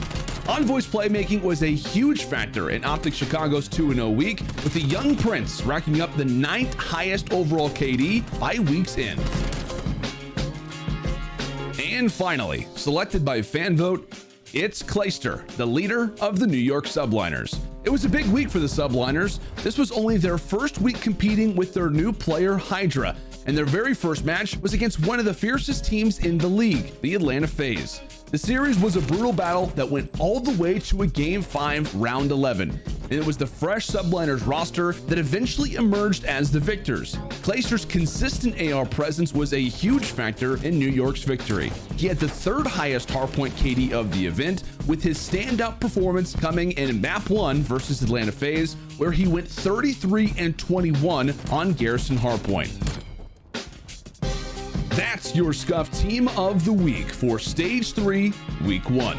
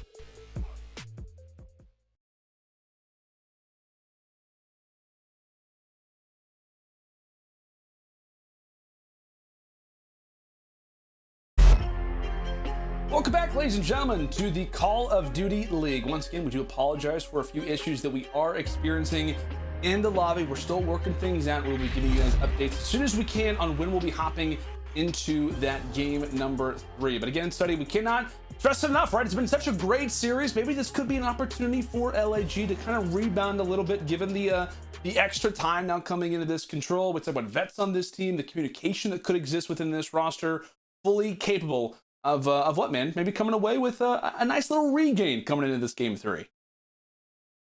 Definitely, man. After losing that first Harpoon by 3, losing that 6-5 Search and Destroy, a 20-minute break is exactly what these guys need to get their heads on straight to try to fight back into this series. Like we said, hopefully the game is up soon for you guys. We want to be in it as much as you guys do. But unfortunately, some technical difficulties not going in our favor. But soon, guys, we will get into that raid control, I promise. And it's going to be a good one because both these teams, like I said, they're great at the map. 4-1 on the side of LAG, 9-7 for Toronto. Even though Toronto, that 9-7 record doesn't really tell the true story. Overall, they're on a 7-win spree in control. Hopefully, they're able to keep that up here. Oh boy, it's gonna be a fun one. We'll see exactly what LAG can do. But yeah, but I get so many tweets constantly about, hey, can you guys just start the game? Like, can you just press the button, folks? It's not that easy. I promise you. Let's go and take a look now at our Astro Social soundboard. This one coming in from Sherpy. He said, if Inside God isn't the best rookie, I don't know who is at this point. Hashtag CDL 2021. Folks, make sure you're using the hashtags. He's got hashtag strength in the north. So Ultra, he's doing everything the right way. But hey, man, if we talk about our rookies right now, this is currently our top 5 right now in the CDL. At least in my opinion, Stud, based off the way that Toronto have looked, I think he's leading that Rookie of the Year conversation. Again, we're only in stage 3. What are your thoughts on him maybe leading that category right now?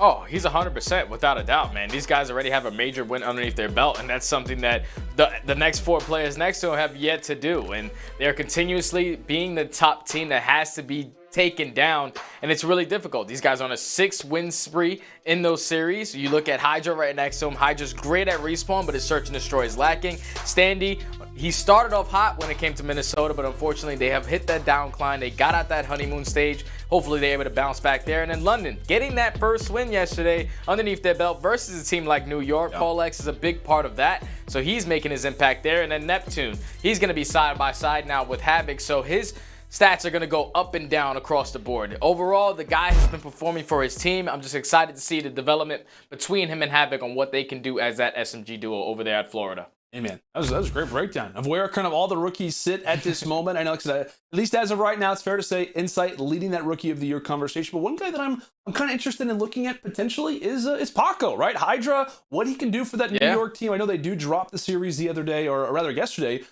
versus the Ravens or so, something along those lines. But hey, man, I'm excited to see what their potential could be. I know, like I said, Search and Destroy currently is kind of a struggle for the moment, but there's a lot of people who could possibly contend for that top spot. But I know we take a look at Insight. He just doesn't get enough credit, man. What he's able to do around the map, like I said, that Search and Destroy KD is like a 1.52. Obviously comes with a 1v2 clutch in that Search and Destroy. Like I said, what could have been potentially if LAG were to take that? Maybe how the groups could have changed if LAG were to be 2-0 up. But hey, folks, I want to take a look at our group standings for right now so far throughout stage 3. Again, Mack,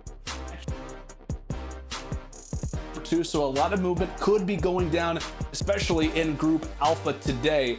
So far, man, Toronto leading the way at 2-0. You also got Guerrillas there, right, at 1-0, maybe improving things a little bit. We'll see what happens with them throughout the rest of this. But if Ultra were able to come away with this win stud, it would make them perfect. They would be flawless, 9-0 in maps to start off stage 3. That'd be crazy, man, especially considering the way that this series has gone. So many moments where they could have dropped the map. The streak, it lives on for the moment.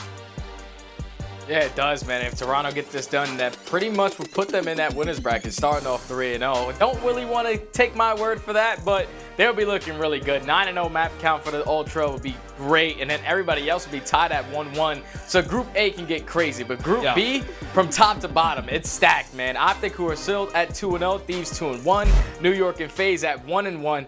That one is kind of scary for me, man, because looking at that, I don't know which 3 teams are going to be able to walk out on top there. Yeah, like what we had some crazy group results in stage 2. Maybe could possibly experience the same thing here in stage 3. Like we said, with how competitive things are, you just never really know where to put things at. But again, folks, we do apologize for the game 3 delay. We're still working things out, Trying to make sure that this one is good for every single player, making sure that both sides are going to be in a nice and even match. But make sure to stay cool, stay with us as Game 3, Raid Control. It's coming up. I feel it in my bones, folks. Stay with us.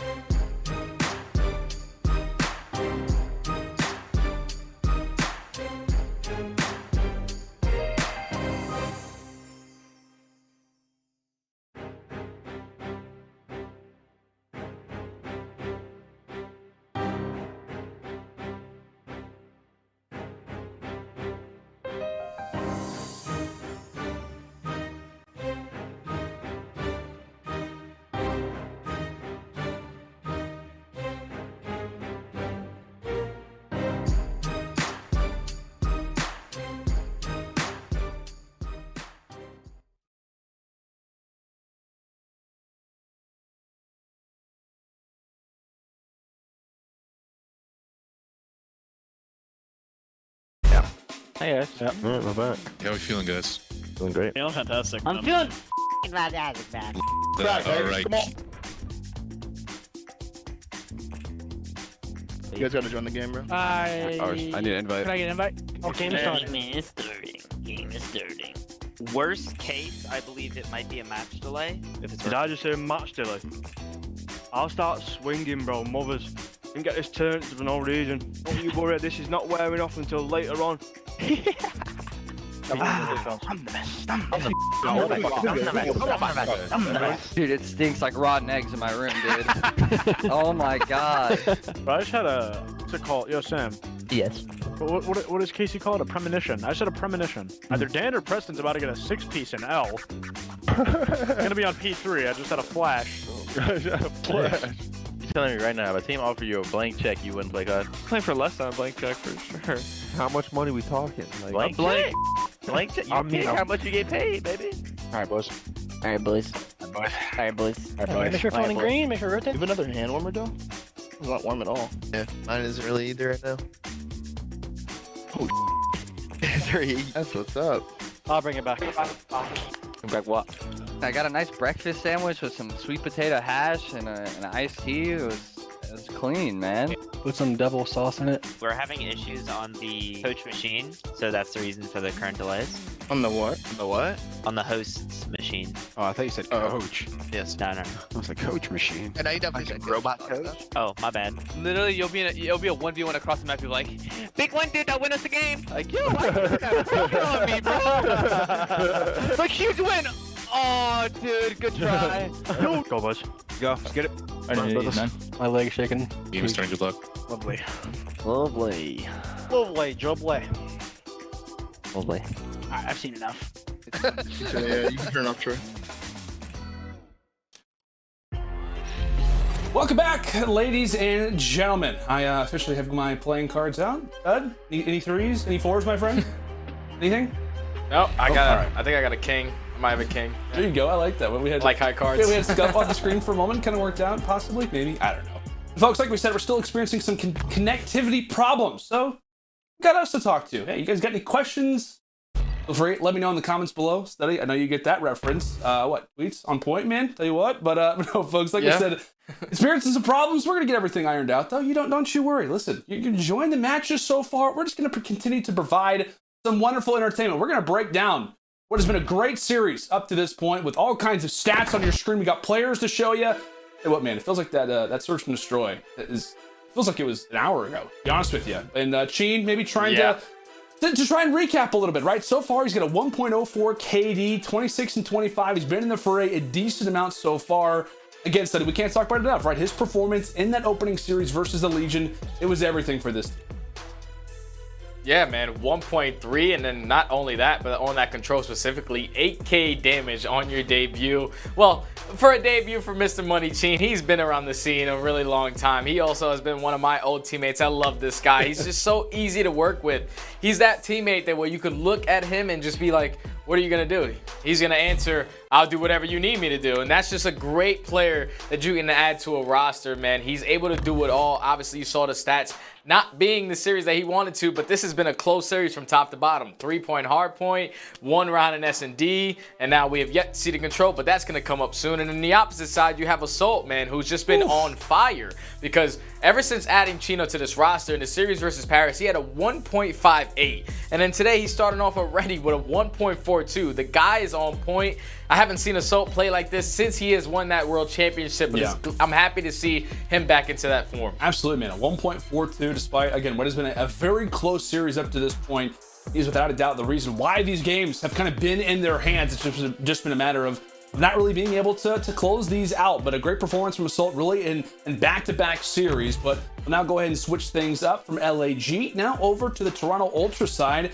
And what, man, so far it has been the Cammy show, currently sitting at a 1.32 KD through our first 2 maps. I mean, what, it was all Assault to kind of start off that apocalypse, but one guy that kind of led the fray, kind of started to lead in that slang, going on a few streaks.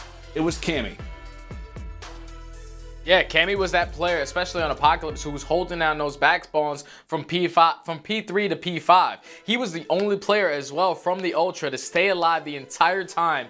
When they were trying to go towards that last P5 hill, he was able to pick up a couple kills, and the guy just makes plays when his team needs him to the most. Even in that Search and Destroy, when they were down a couple rounds, the guy ended up going on a 5-6 spree to close that one out. Eventually, he couldn't pick up streaks, but he's just been on point. He's been a nice 1-2 punch when it comes to him and Insight as that assault rifle duo. Without a doubt, man. And how valuable has Cammy really been, right? Whenever he joined the Toronto franchise last season, a lot of people were excited to see what he can do. Has definitely kind of been that player for them from last season into this season. But we talked about this season, a lot of the focus, I guess you could say maybe at times, has been on Insight, right? He is the pickup. He's the guy that they decided to look toward, and boy, has it worked out great. We talk about his stats, kind of leading in that Rookie of the Year conversation without a doubt.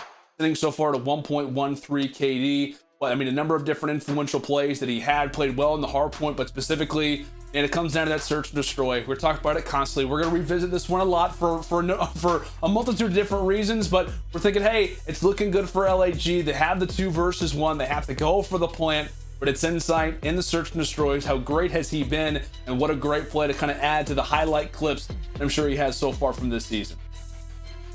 He's just been that consistent 1.0 KD that you can always rely on to try to flip those spawns, always going to put himself in a power position to making sure that he's helping his teammates. And even though his stats right there, 1.13, that's exactly what the guy needs to do. Yeah. Cammy is the more aggressive assault rifle, so he's going to be in the engagements a lot more. So that's why you see his KD's a little better. But Insight, he's making those small little veteran plays that I like to refer to my man Clayster as the guy that always makes those plays, being the vet, making those huge plays that really change the game. And he's just being so consistent. Right there at the end, closes out that 2v1 in the search and destroy, and just makes his team in a better position to close out this series. Now they're up 2-0, like we said, and they are going into this control where it can go to any way now, because 30 minutes now that LAG have been sitting back, just trying to relax, getting back to this series. It might be the break that they needed. Could be, my friend. Like you said, 30 minutes. It's been quite a bit of time, but hey, like I said, this could be the opportunity for LAG maybe make something happen. Like you get some time to wait around a little bit. This could be their moment, folks. It could be. But hey, we're talking about plays. We're talking about playmakers. We got to go ahead and revisit some wonderful plays that we saw through Stage 3 with our top 5 plays of Stage 3, Week 1. Gonna try to hop the bomb, but Scump's gonna be able to take down 1, take down 2, take down 3.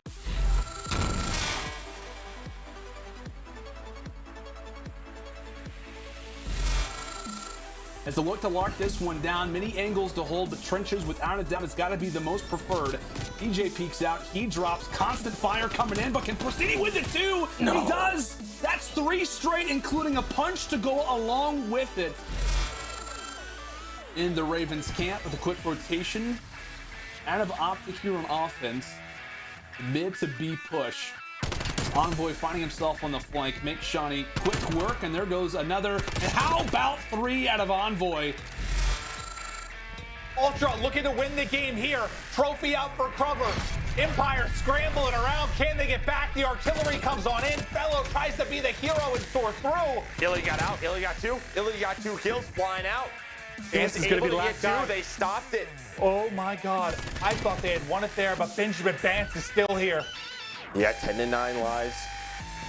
But iLLeY is on the point. Bance is on another. Well, this freeze from the. Okay, that makes sense. From the streaks, but they just get on it. They just get on it. They have all the control, and Toronto Ultra able to clutch up in that round 5. Team effort, the consistency has been great. Venom again toward the outskirts, as that'll be 3. The quick triple coming through from Venom. Gunless is at least able to lighten the load a little bit, as he will find himself in a 1 versus 2, but the great play from Venom totally changes up the round. The only thing is, the bomb is going to be down, so Gunless has to work towards this left side. He's going to be able to spot Venom on the left, and then shots come in from Kenny, but great shots onto Venom. Now turns it into a 1v1. He knows exactly the positioning out of Kenny. 20 seconds left. Gunless has to try to locate him at this bomb. Pretty sure he was able to spot him right there. Corner of his eyes. He's just going to play this outskirts. He's going to read it, and Gunless is going to walk away with the 1v2 clutch. Something like OpTic are going to try to full retake this from their side of the map. It's the only thing about this bomb. It's like when you trap yourself in this room and you give him complete bomb site control, it's really difficult to try to get it done. And Envoy's just going to try to hop the bomb, but Scump's going to be able to take down 1, take down 2, take down 3. For the King, that's going to be 3. Give him the hat trick. Trying to go for the 4th. He does as well. The ace for the King. He has to be roaring.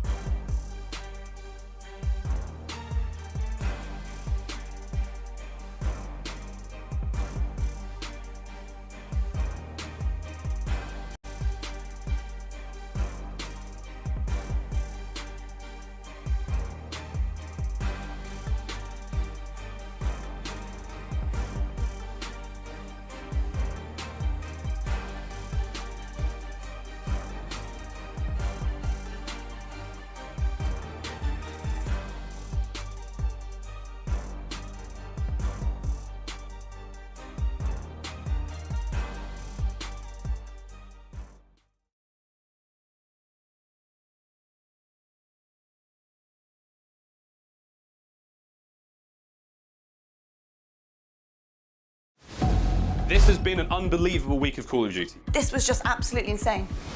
It just still has me mind blown, man. One of the craziest sequences I've ever seen in my life. It's Wednesday, and it's the start of the major. The LA Thieves have come to play. Oh boy! The Thieves absolutely decimate Paris. There goes Scump, and it will be the Ultra taking down OpTic Chicago. What are you talking about, baby? Ace, a devastating 3-0. Lose this, you go home. The 3-0 New York and keep the Cinderella story alive. A nail biter here in the map 4. FaZe? Yes! Oh, baby, aBeZy. It is FaZe with the victory. FaZe will move in to top 3. And for Ultra, you still have a chance to battle on. You're not out of it yet. Fans are going to get the quick contest. They killed everyone! They killed all the Thieves! Toronto Ultra 3-0 in the series. For the Thieves, the honeymoon period is over. Drop kick to the dome. Accuracy, though, they line up! They line up for accuracy and he wins it! Are you kidding? Accuracy with the ice! Oh my god! The Giants, the Titans, Atlanta FaZe. Can anyone take down the final boss? It is do or die time. Kleenex, the best player in the world! Ultra, they continue on. Okay! Gosh! Ultra behind the brakes! Get to a grand final! Atlanta FaZe, once they hit the go button, there is no stopping them. What happened? The greatest underdog going into the tournament. They take the best team in the league the whole way. They truly are Ultra as your major 2 champions, Toronto Ultra.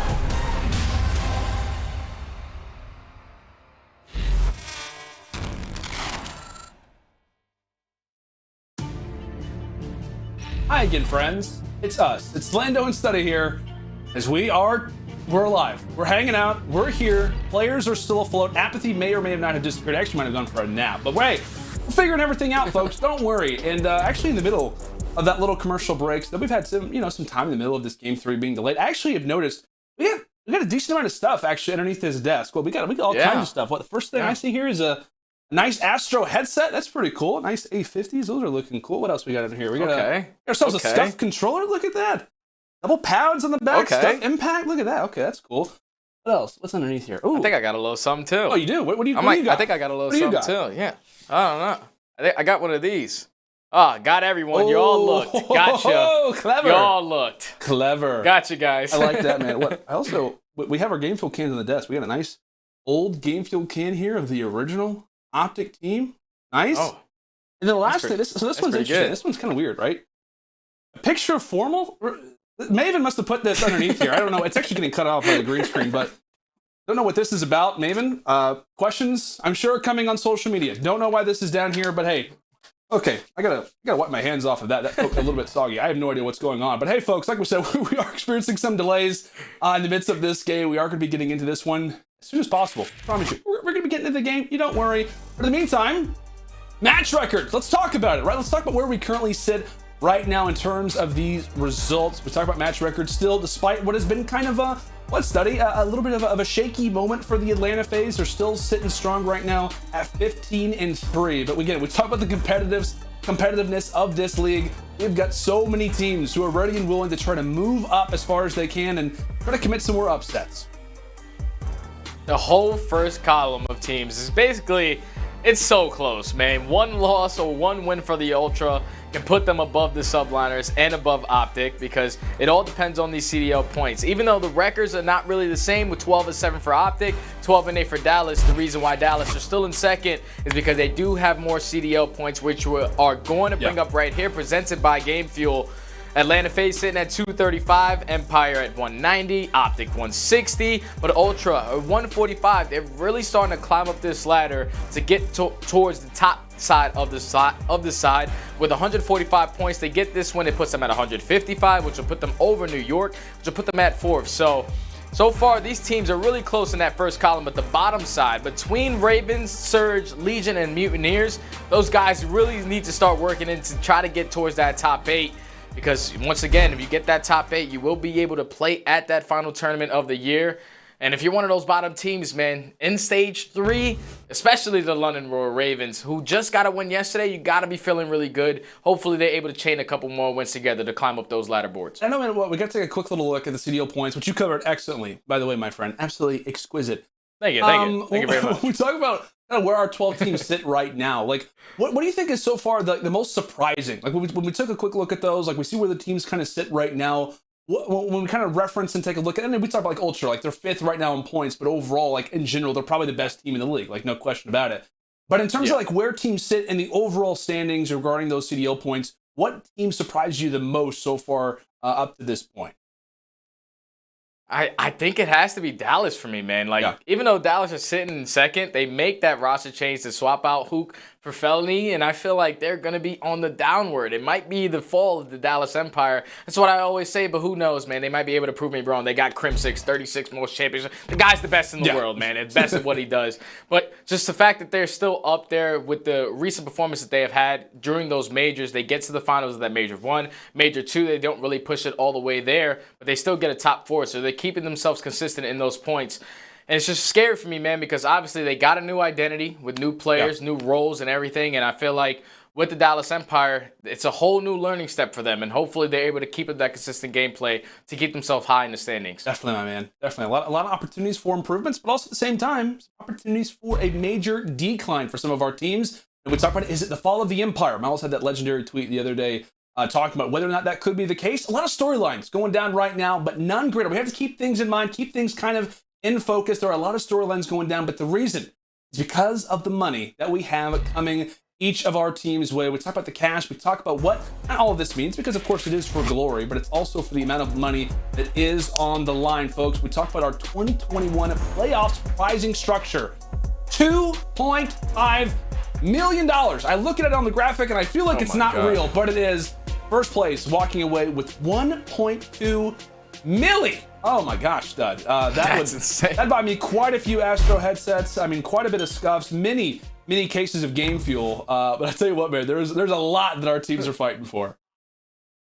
Definitely, man. I was just looking at that 7th H slot, 25 grand. That's basically what I was playing for back in my prime when we were competing for championships. And the fact that they got 1.2 mil, 2.5 mil for the entire prize pool is just insane, man. These guys are playing for so much money. So much. They are, man. They are fighting for all kinds of cash. Again, it's also not just about the money, but it's also for the glory as well. There's a lot of things on the line. But folks, I'm sorry. I regret to bring the news to you. We will be going to another commercial break. Positive is that we may be on the cusp of Game 3 raid control. I'm excited. We'll see you in just a few moments. Please, COD God.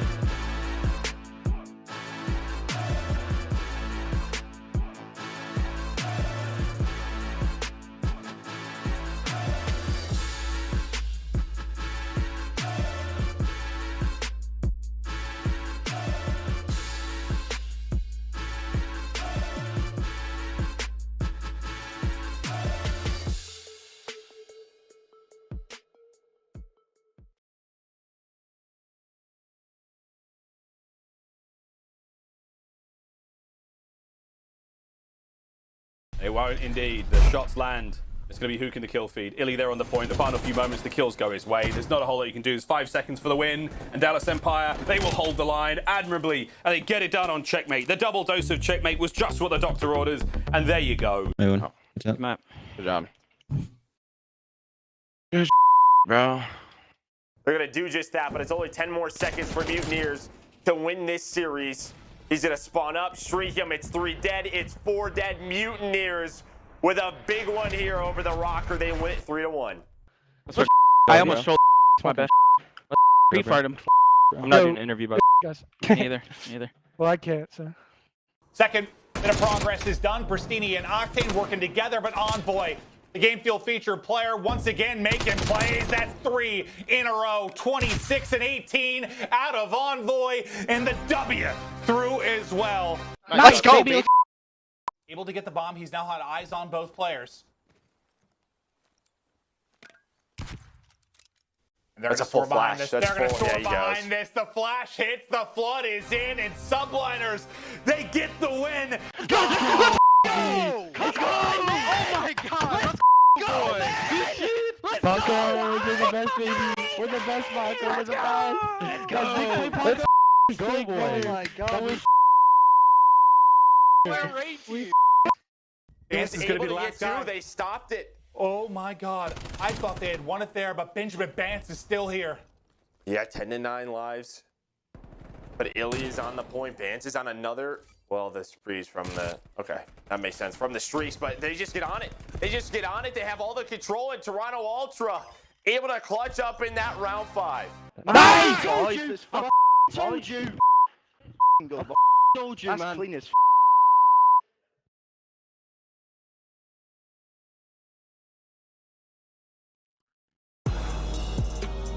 Hello everybody and welcome back to the Call of Duty League. It is day 2 here at the Paris home series. And we're still here. We're hanging out. We're having a great time. Like we said, Study, we're hanging out in the virtual set. We've got a lot of opportunities. We've walked around the set a decent amount. I looked underneath the desk, found some questionable things, still wondering exactly where that picture of Formal has come from in the midst of us waiting on this illustrious Game 3 to start up. Again, it's raid control. I mean, I don't think I've ever wanted raid control more in my entire life. And there was a time where I literally got a streak of 8 search and destroys in a row on Moscow in league play. And I wanted raid control.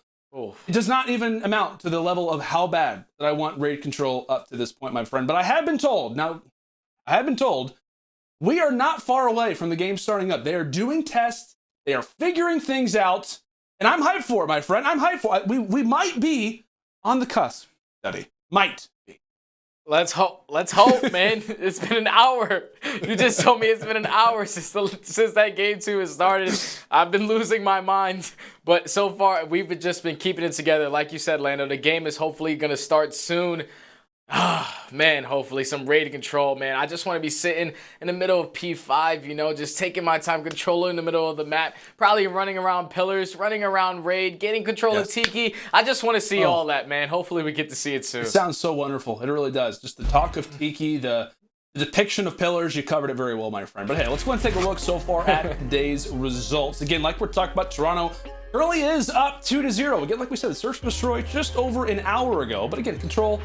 Who knows? Guerrillas, literally, they have no idea. They totally forgot that they're down 2-0. They're probably going to come into this control, not worrying whatsoever. But also, we do have our home team, Paris Legion, taking on the Minnesota Røkkr next, which I'm very excited about as well, my friend. I'm super excited to see what the Legion can do. But like we said, we also have to cover what is the rest of the Paris home series. It is only day 2, friends. We'll have many more days to come. Of course, this is our schedule presented by the U.S. Army. A look at Saturday and Sunday. What, Study? From both of our days, match that sticks off the page most to you. I'm looking at the Thieves OpTic game because Thieves just played Atlanta yesterday and they forced them all the way to a game 5. And we know the way that OpTic has started so far throughout this week. They're looking pretty good, sitting at 2-0. But the Thieves, they've only lost 2 series since this entire team has been formed. They've lost to Toronto Ultra, who won the entire major. And then they lost to Atlanta FaZe yesterday in a game 5, which was down to the wire on both maps.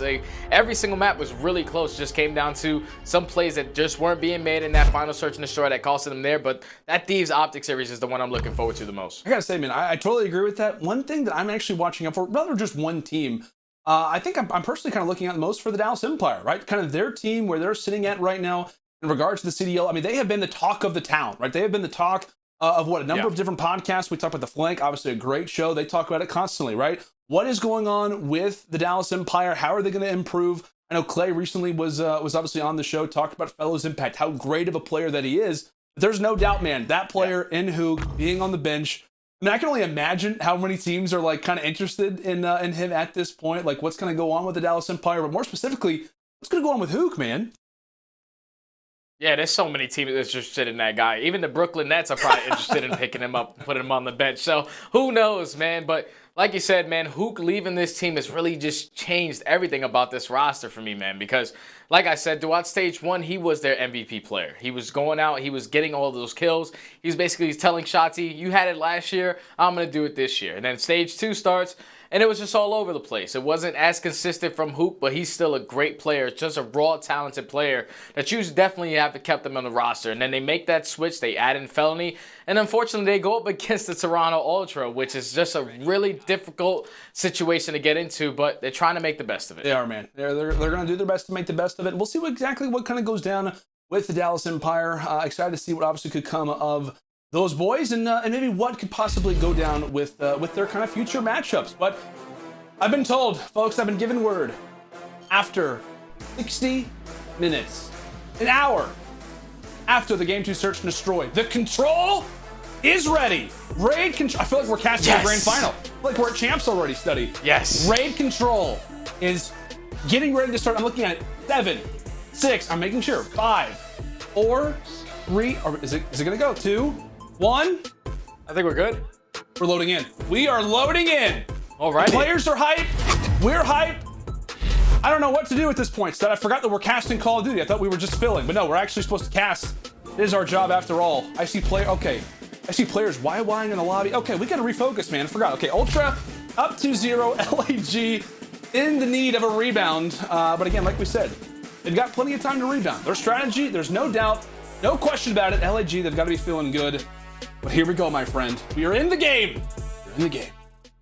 Let's do this. We're finally in it, man. Woo. This is probably a totally different series for the Guerrillas. They've had an hour break to get all their stuff back together, try to find themselves to fight back into this series. So we're going to hop on board nice and early with the Ultra. It's looking like they're going to try to get some early ticks onto this B point, then getting 2 kills right off the rip. They're going to be able to double stack it and work towards this B point, getting that first segment already.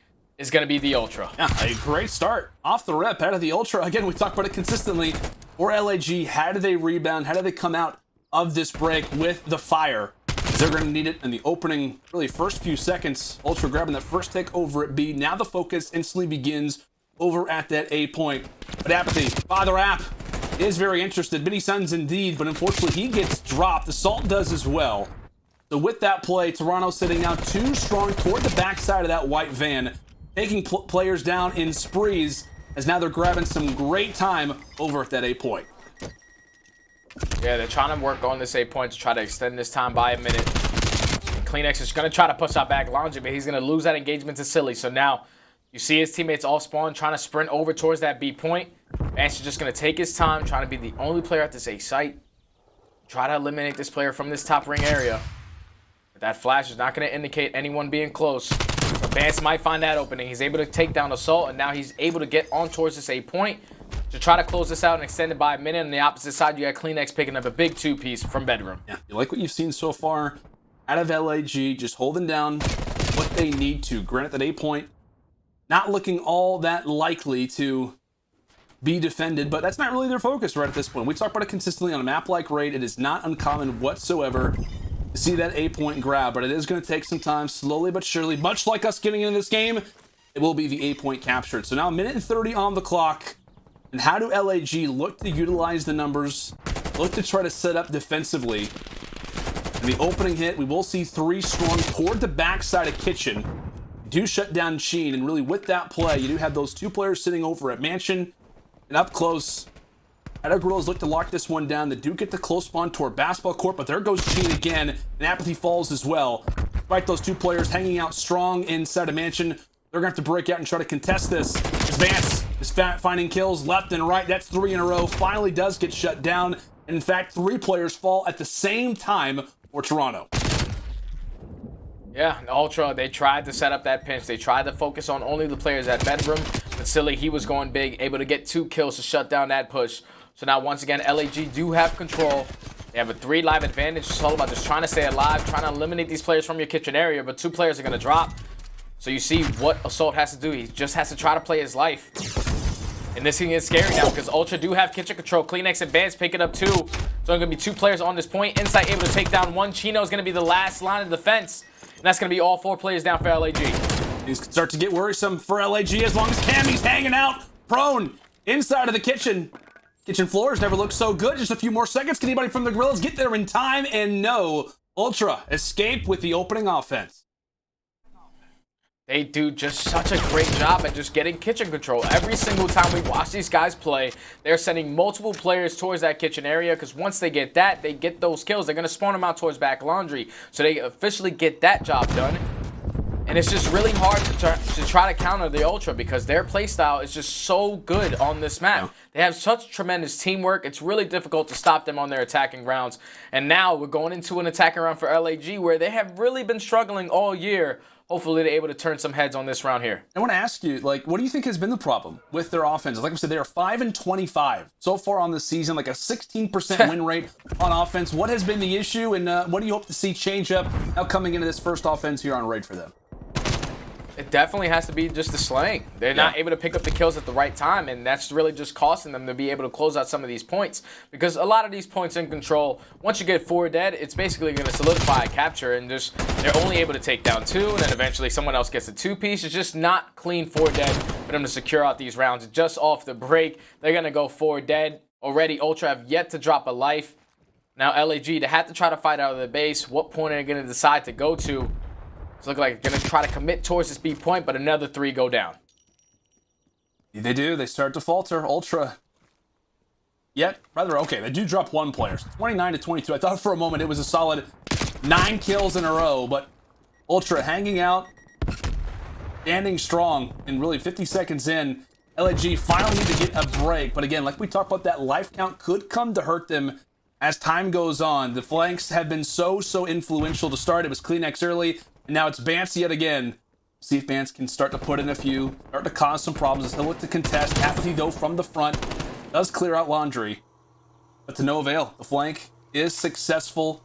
LAG, that progress over at A, while it is solid, it is yet to equal out to anything. And with those cross spawns, because of that presence over in Art, it is now going to force LAG toward this water side. And as they drop 2, with 30 seconds left, Silly, he's just trying to make some mid-round calls. Do we try to go for this B point, or is it going to be the separation over at A? It's going to be the blitz. And as they head into A strong, 25 seconds on the clock, a much-needed round for LAG to secure, but it's CleanX. It's Cammy. Cammy again. That's 3 straight in the feed. And Vance, he's getting the read. They're going to be over at Driveway as Cammy extends things to 5 in a row. 8 seconds left. Can LAG have any prayer whatsoever? Waving the white flag as they begin to drop, hanging out in their spawn, because that's where they're going to lie as Ultra command the defense and grab their second. And that one's going to hurt if you're LAG, because you almost get that A captured. You almost get that A point captured nice and early, but then you let Benjamin Vance go around the backside. Inside was able to take down 1, and that stalls time for Vance to hit that flank and eventually close down the 2 that were sitting on that point, so they don't extend that time by a minute. They just don't get any kills as well. That was a complete out-slay fest from the Ultra right there, just dominating on that defensive round. And now LAG, they're down 0-2 in the series. They need to be able to bounce back, especially with this defensive round win. Yeah, what do you see, Silly? Your SMGs 5-13, aBeZy 6-13. And a great start. I know we see Silly rocking out that QBZ, but just in terms of the aggression, the 2 guys at the very least who are going to be in the fights more often than not, trying to lead the way. Unfortunately, not showing up, at least as of yet. Here we go. Ultra just continuing to light things up as CleanX 20-8 on a 4 spree. Meanwhile, it is Cammy sitting on 8 in a row, adding insult to injury in what could be one of the most dominant controls we've seen up to this point. As that A point, no doubt about it, is going to be theirs. They're going to have quite a bit of time to work with today. Literally 10 seconds goes off the clock, and that is it. A solid start again out of the Ultra, and really, in Cleanx keep this up? He drops. Cammy's streak, I think, might have extended to 10, but at the very least, they've got streaks to work with, they've got control, and they've got 2 minutes on the clock to do it. Man, there's no way LAG just made us wait an hour for them to come in here and get destroyed the way that they have been, man. They need to have an answer, but the only thing is, here come the streak for the Ultra. So that's going to change the positioning from every single LAG player. 2 players are going to drop as well. They eliminate that player from Tiki, but they don't have the information where their last 2 players are. They're going to be able to take him out of money. aBeZy going to be down as well, so that's going to be 4 down. All players spawning out towards back laundry. They have to try to take control of money. Unfortunately, Cleanx is going to drop by calling in that streak, and Cheen able to take down a second. So it might be the opening that LAG need to fight back into this point. Yes, they do. They're able to take down the 3rd on fans. Eventually, Cellium with the 2 is going to shut down that push right now from the Ultra. But LAG able to just stay alive at the very ending moments here. Surviving, hopefully thriving. Like we said, down by 5 kills at the moment. They do survive the streak, but can they survive the onslaught of kills that it just seems like just ultimately going to come at one point? But Vance, he gets found out toward the back of the base. Meanwhile, it's the front position. The Ultra look to grab as Cammy, for a moment, was saved because of the nice shots coming through from Insight. And so what to lock things down, the artillery is going to come through from Cammy, so that will lock the players down. Mack in basketball. Salt, the only player here. He drops. It is all Ultra for the moment. And it looks as if this could be where the series comes to its heading. But Silly, able to drop 1. Can anybody get in the point in time? And it will be a 3-0, denying the inevitable. The hour break not benefiting LAG in any single way as the Ultra come through and slay their way to a 3-0 win. Now extending their map streak to 12 maps in a row, 7 series in a row, and perfect so far throughout Stage 3, Stud. Toronto is just on a whole different level, man. LAG, they have that hour break right there, and unfortunately, they come in and play a 5-minute control. That's not what you were expecting out of LAG, especially on their best control map. They were 4-1 before that series started. And that game ended in 7 minutes and 54 seconds. That was really, really fast, man. And Ultra, they just get the job done. They're just so good at taking control of Kitchen, chaining all those kills together. It's really difficult for teams to try to bounce back, fight out of that back spawn towards Laundry, to try to get on that beat point, man. Ultra's teamwork is just on point. Oh man, it's hard, right? If you are Guerrillas, because like you said, you're looking at that hour timeline or that hour kind of time. You're thinking, hey, maybe this could be our opportunity, but. Like I said, Toronto, they just shut down all of those things, man. They shut down absolutely everything. We saw the numerous streaks kind of come through from the team. Obviously, Cammy's most impactful in regards to those streaks kind of coming in. But Ultra, they just continue to thrive. We talked about the hard point. We talked about the search and destroy, how close those were.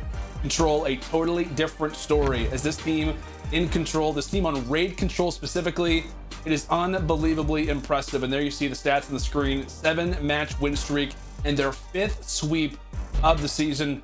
Like you said, Stud, Ultra on a totally different level right now, my friend. Yeah, they are. And it's not like this series was just easy. Don't forget, that first hard point was 3 points. That second S&D was 6-5. The only one that was a blowout was that raid control. But LAG, they're going to be beating themselves over this series because they felt like they should have been able to close out that map 1. That round, that S&D, 2v1 situation to close it out. If Assault plants that bomb on the backside of bomb, it's probably a totally different series that we have in our hands. And then obviously the raid control just didn't go in their favor, man. Toronto is just too strong at control. That puts them on an 8-win spree in control alone. They're just the best team right now, man. It's hard to beat them. They are. Hard to beat them. LAG, they tried, right? They had a few good moments. Maybe it could have been 0-2 coming into this control for Ultra. Like I said, they come away with the 3-0 sweep. We got to talk about, though, our scuff play of the game, as always, right? Probably the game that you most likely forgot, right? That hardpoint on Apocalypse. Who remembers that one? How great it was. Like we said, it was a solid lead for LAG. They had, what, just 3 points. 3 points to lock this one up, but Ultra, they do have P5 spawns. And Study, spoiler alert, they hold down every single second. Yeah, man, and once again, this is where that Ultra teamwork just comes in handy because every single player right there is putting their lines out towards low trenches, and they're just all focusing on that point. Once they're able to eliminate those players, they know that LAG only have one more good push, so they're double stacking this point, but they're also watching all the cutoffs. That's why you see Cammy in his position that he is, just trying to play his life. Unfortunately, he's going to drop, so that sets up the pinch for LAG, but inside, he gets a kill right there. Cleanx is able to close it out with 2 of his very own to end out that map, and it was just a great hold right there out of the Ultra. Oh man, it was like I said, a solid kind of series, I guess you could kind of say, from the teamwork aspect of the Ultra. Yeah. We at multiple times for LAG kind of pointed out, hey, this could be their opportunity. I mean, hey, I literally had them winning this in a Game 5 in pickups. Boy, was I wrong. But hey, let's go and take a look now at Toronto Ultras. Their Stage 3 road to the major. Again, it has been a flawless start as they have got back-to-back 3-0 wins. Now with Røkkr on May 2nd, actually my birthday, by the way. That's going to be a great game to watch. The Battle of the North. And then on May 8th, right, they have Paris Legion face off against, we talked about at the start of the day, Study, a very good opportunity for Ultra to walk away with this group in a clean 5-0. We'll see if that map streak can remain perfect. It's not going to be easy, especially versus that Minnesota team. And who knows, maybe what we could see out of the Legion today. But on the other side, for Ultra, a little bit of a different story. Not as clean. Granted, they do get the nice 3-0 sweep versus the Legion. But a loss here versus the Ultra will set them back a bit. So 1-1 with 3 very difficult games coming up. Yeah, man, Dallas Empire is going to be a tough matchup. Minnesota Røkkr, they're good at search and destroy, even though that they have been on the downwards, 1-5 in their last 6 search and destroy, so they can have the potential to take it there. And then Florida, they're really good at respawn, and I'm excited to see what progression that they have been able to make between Neptune and Havoc, working as that SMG duo, because we know what you're going to get out of Awakening. The guy's a different beast. He's just different. And in Skies, he's been Mr. Consistent for this team, so I'm really just excited to see the development that roster has put together so far. Without a doubt, my man. Without a doubt. And I know it's been a long day, folks. If you take a look at our schedule presented by the U.S. Army, but it's not over, right? It's only halfway, well, maybe not halfway done, considering how long the first series was, but we still have Paris Legion to face off against the Minnesota Røkkr. Again, Paris, our home team. Excited to see what these boys can come out with. Again, 0-2 to start off Stage 3, but they are hungry for a W versus the Røkkr. But hey, we're also going to take a look at our schedule for the rest of our Paris home series. Again, Saturday and Sunday still to come. I know we kind of talked about a few games that we're excited about, but you can never go away from those game fuel marquee matchups. So we got NYSL versus the Surge for tomorrow. And then to close out the Paris home series, the Thieves versus OpTic. Now we've had the chance to cast over LA a decent amount of times, obviously Guerrillas, but also the Thieves. And that team, they just look to be on a tear right now, my man. Yeah, they definitely do. If I'm OpTic, I'm not playing anything checkmate. I'm not giving them anything.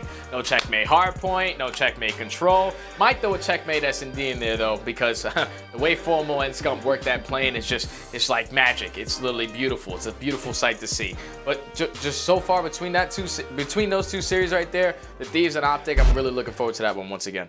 Absolutely, my friend. It's that's set to be a good way to kind of close out what is a great week of action. Like I said, we're in week 2 of Stage 3. It's kind of crazy that we're already in Stage 3, already halfway nearly through week 2 here as well. It's crazy to think about, my friend. But like we said, guys, a lot of stuff to be excited about. And when we talk about excitement, it kind of defines what is our next series, man. Minnesota Røkkr versus the Paris Legion. Give me some early thoughts. I know we're going to be casting over this, but kind of give us a little bit of an intro slide to what is going to be a great final series of the day. Well, I'm hoping that Paris are able to come in here and show me something, because the last 2 series, ever since picking up Temp, they have gotten destroyed in both of those series. 3-1 to Dallas Empire, and then their last series, they ended up getting 3-0. So this team just needs to come in and show that new life, show the practice, show the work that they've been putting in on the back end, and come out and play a good series. Yeah, I gotta say, like, one thing that I was kind of surprised about, right, is the Røkkr's loss to the Mutineers. Like, they lose both of those hard points, and we discussed constantly about that Florida team, right? The AR presence that team has, like when Awakening and Skies are firing, they're terrifying. Like they may be like one of the best teams in the league when those two guys are playing at their very best. And Minnesota, they just ran into to that unbelievably stacked AR duo. And like I said, those hard points were kind of one to reference specifically. I know, like in that first hard point, I think it was like on Raid, and they played like a game 4 on Garrison. It was always 2 players from Minnesota just getting outslayed. And I know with that Standy pickup, like hardpoint has kind of been the thing for them. Search and Destroy kind of taking more of a back seat. But with those hardpoint losses, man, I don't really know where to put Minnesota. A lot of people, I know that at the top of the show we discussed, like maybe this could be a scary series for Minnesota if they were to drop this. Yeah, man, especially because they have not been looking good in those respawns, man, especially hardpoint. They dropped, like you said, 2 of them to Florida.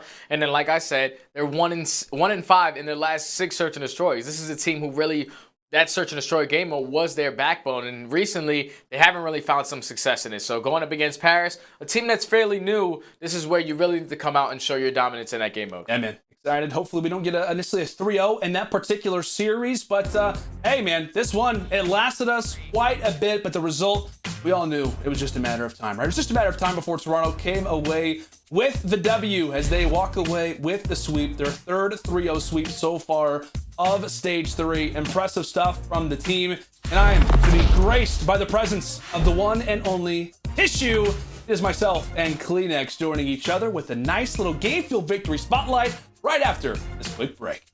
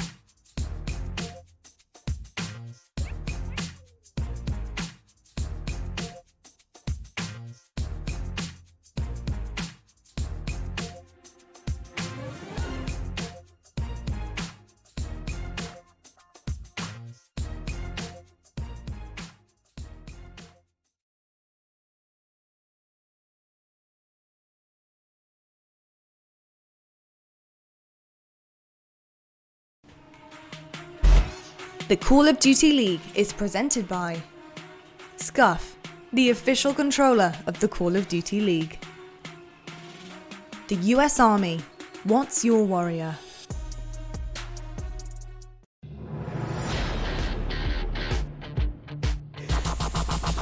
Boy, oh boy, what a slaughter that was. Cammy on a bit of a tear now.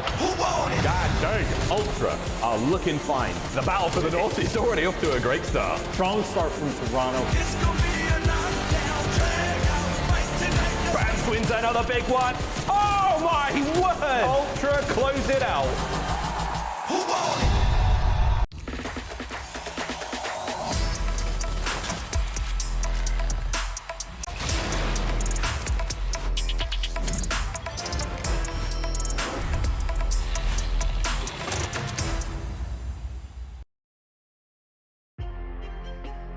It is your Game Fuel Victory Spotlight. I'm Lano, and joining me is Kleenex of the Toronto Ultra. And what, Toby? It was a long series, but a great series for you guys. It was like an hour and a half long, but you guys still come away with a 3-0 victory. Tell me, despite looking how great you guys have looked, considering the map spree, all of those things, what do you take away from a dominant victory like this? Honestly, I'm taking away the fact that we are able to close out those closed maps still. I feel like that was our biggest thing going into stage 2.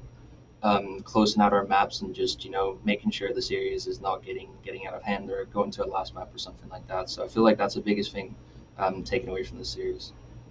Absolutely. And one kind of play in specific, when we talk about how close this one was at times, was that Search and Destroy, right? You guys are able to make the comeback. It goes down to around 11. It's Insight left in that 1 versus 2 situation over on Raid. Again, it feels like it was such a long time ago, but tell me, how great is it to be teaming with a player like Insight? Obviously, yourself coming into this team, you've had a breakout time, same thing with Insight. How great is he, especially in those Search and Destroy moments? I mean, he is just talented at every single game mode and just knows what to do in every single moment. So it's good to have him on the team and be back together with him. So it's been feeling pretty good with him. you know, I'm comfortable with him, played with him before, and we're just meshing really well, and chemistry is good. So. Definitely, man. Well, the chemistry looks to be at an all-time high. Again, like we can talk about a number of different streaks, so your guys' control, your search, destroy, the maps, the series, everything. But it's been absolutely exquisite, my good friend. But tell me, how confident is the team right now in terms of maybe completing that 5-0, maybe even perfect map record in Stage 3? Is that a focus at all, or is it just strictly just play our game? I mean, it's not really a focus of ours to go flawless. Of course, we want to win every single map, but we want to, you know, make sure that we just get every single series closed out. Not worrying too much about what the maps are or the outcomes are. You know, we just focus on our next match, and that's all we do. Focus on the next. Love it, man. I love it. On to the next one. It's gonna be fun. But Kleenex, thank you so much for joining me, and congrats to you and the team on the fantastic performance. Thank you.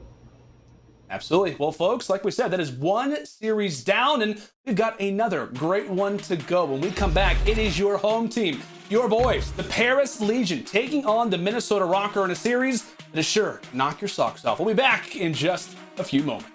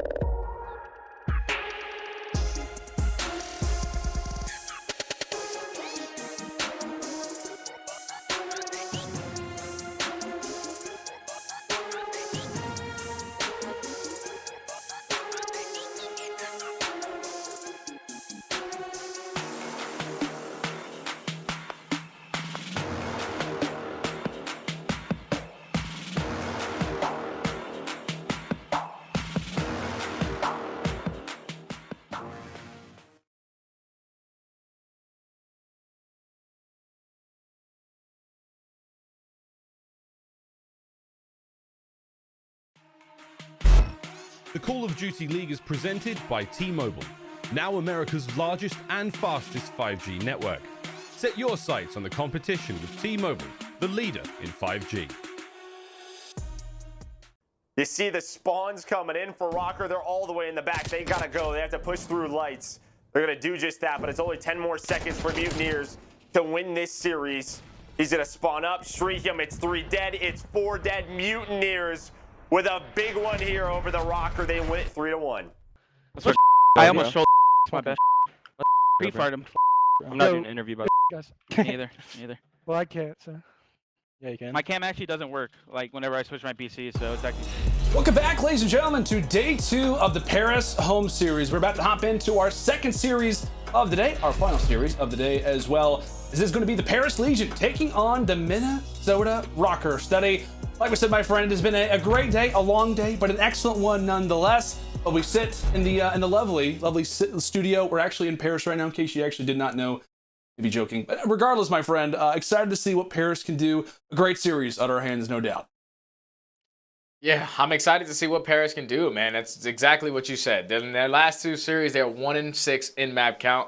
Ever since picking up Temp, these guys have not really found their footing, but hopefully today, this is the answer versus Minnesota Røkkr. They're going to have to play a great series from top to bottom. Even if it does go all the way to a Game 5 where it's not going to be their best map, they need to play better. Definitely do. And on the other side as well, right, there can be some critiques thrown the way of the Minnesota Røkkr as well, right? We played just kind of coming into this series, their performance, their shocking loss to that Florida Mutineers team. Really, both of these groups looking to try and change things up. But hey, like we said, let's go ahead and meet one of our first few teams. Not Paris just yet. Let's go meet the team that's hoping to try and take them down, the Minnesota Røkkr.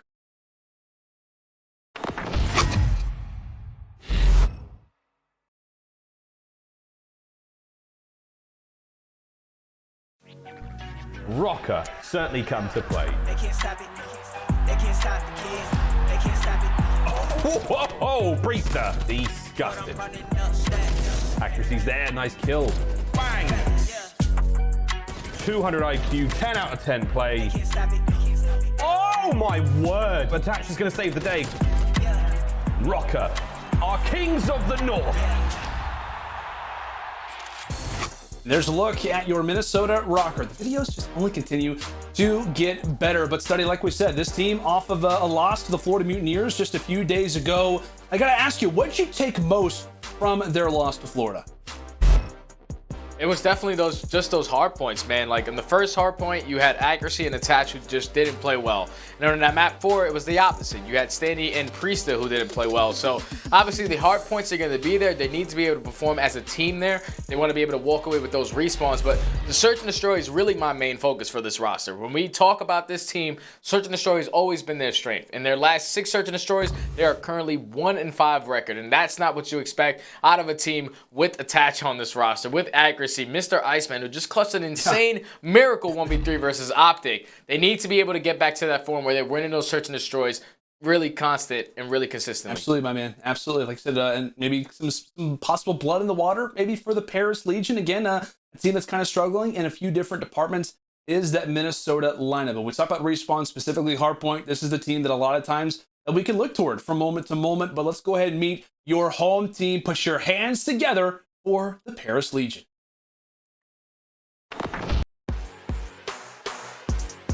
Wonderful start here for Paris Legion. Paris Legion just about pushed that player off the hard point. Just can they clutch up and go big? Classic just being aggressive in the plane. Fire's got to get on the bomb, and he will. He finds the kill. Unbelievable stuff. Awkward from the back end, able to pick up 3 along the way. Paris Legions. What a round!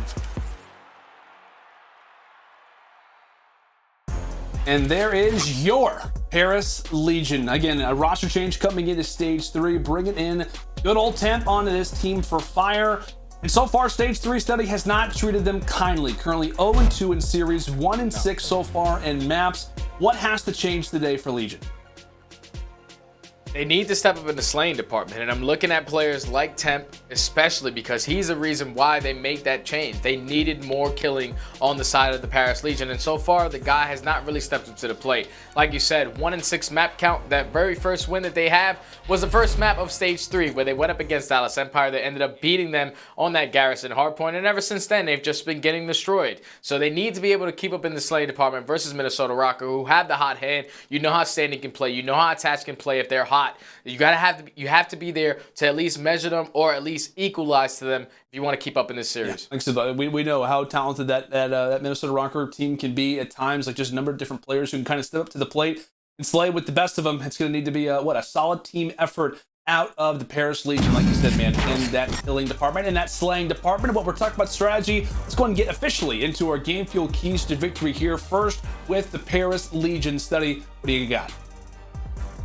They got to come out and win the hard point against a struggling Røkkr team in that mode. Like we said, hard point right now for the Minnesota Røkkr. They dropped the last 2 versus Florida, so that's where they can really come about. And then Aqua, he needs to be one of those star players on this team. So far, he hasn't really found his footing throughout Stage 3, a .81. When in the beginning, we were considered this guy one of the best assault rifle players in the game. And then also, we got to talk on Temp. Temp needs to pick it up. Legion added him for his slaying, and so far throughout Stage 3, ever since him being on this roster, he's at a .9. We know what Classic is able to do with the finessing. He's basically like a young Benjamin Vance, but they need Temp to go out there and really pick up kills.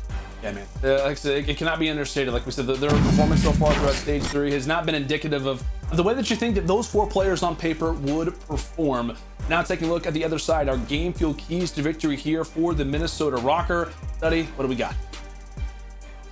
S&D just needs to improve. With Standy, when they first started, during that honeymoon stage, they were 4-1 in Search and Destroys. Ever since then, they have been 1-5 in those Search and Destroys. So they need to get back to that form where they are winning those Search and Destroys so they can start feeling a lot more confident throughout these series. And then just more consistent hardpoint effort throughout the entire team. Like I said, the first map versus Florida, you had 2 players who didn't have a great performance. In the map 4, same thing, the opposite 2 players. They just need to be able to put their game in their favor, especially in those hard points if they want to be able to take this series. Yeah, like I said, when it kind of came down to this team originally, it was like Standy brings onto the roster, Search Destroy going to be good. No, it's actually hard point that kind of sticks out, but as of late, a team not been too prominent in that mode, losing their last 3. But as we take a quick little look at our maps and modes, also our vetoes, We got Checkmate Hardpoint to start. Miami, Control Garrison, Apocalypse Hardpoint, Raid, Search, and Destroy. Stud, anything to kind of highlight and bold? Anything that you're circling coming into this series?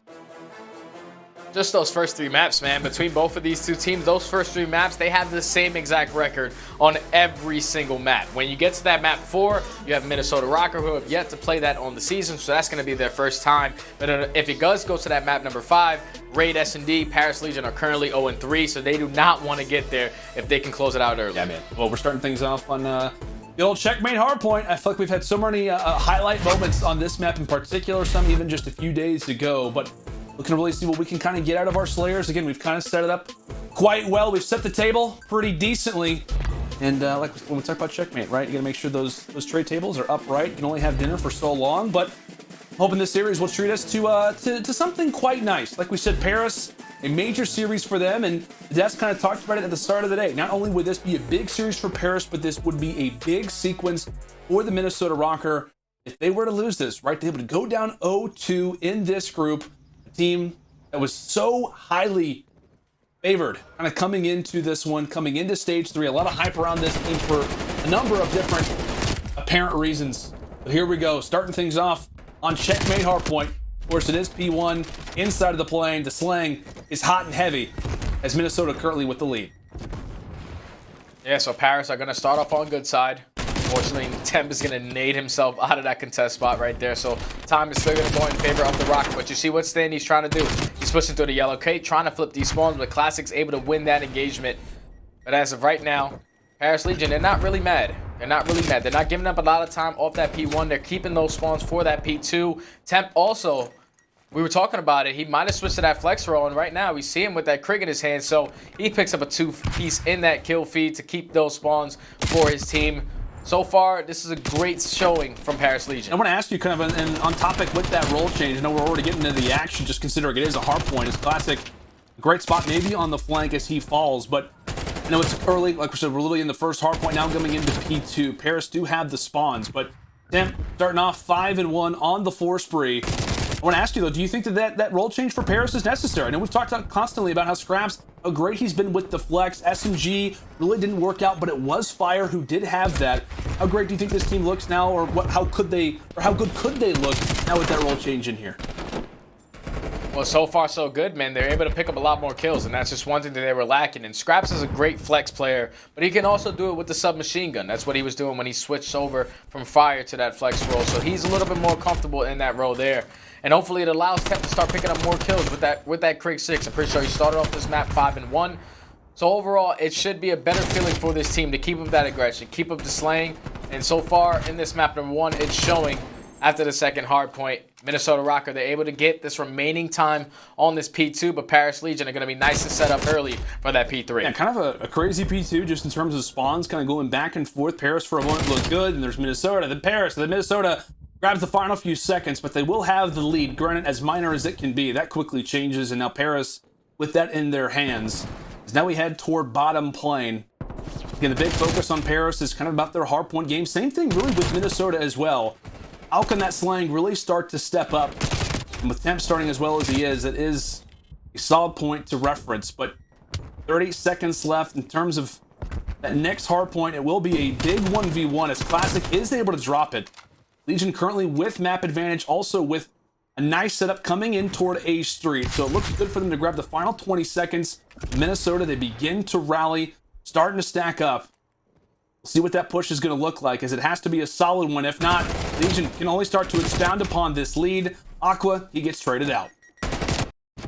Yeah, and the thing that gets scary now is going to go into that P4, P5 chain hard points here. And Paris Legion are going to be fully set up.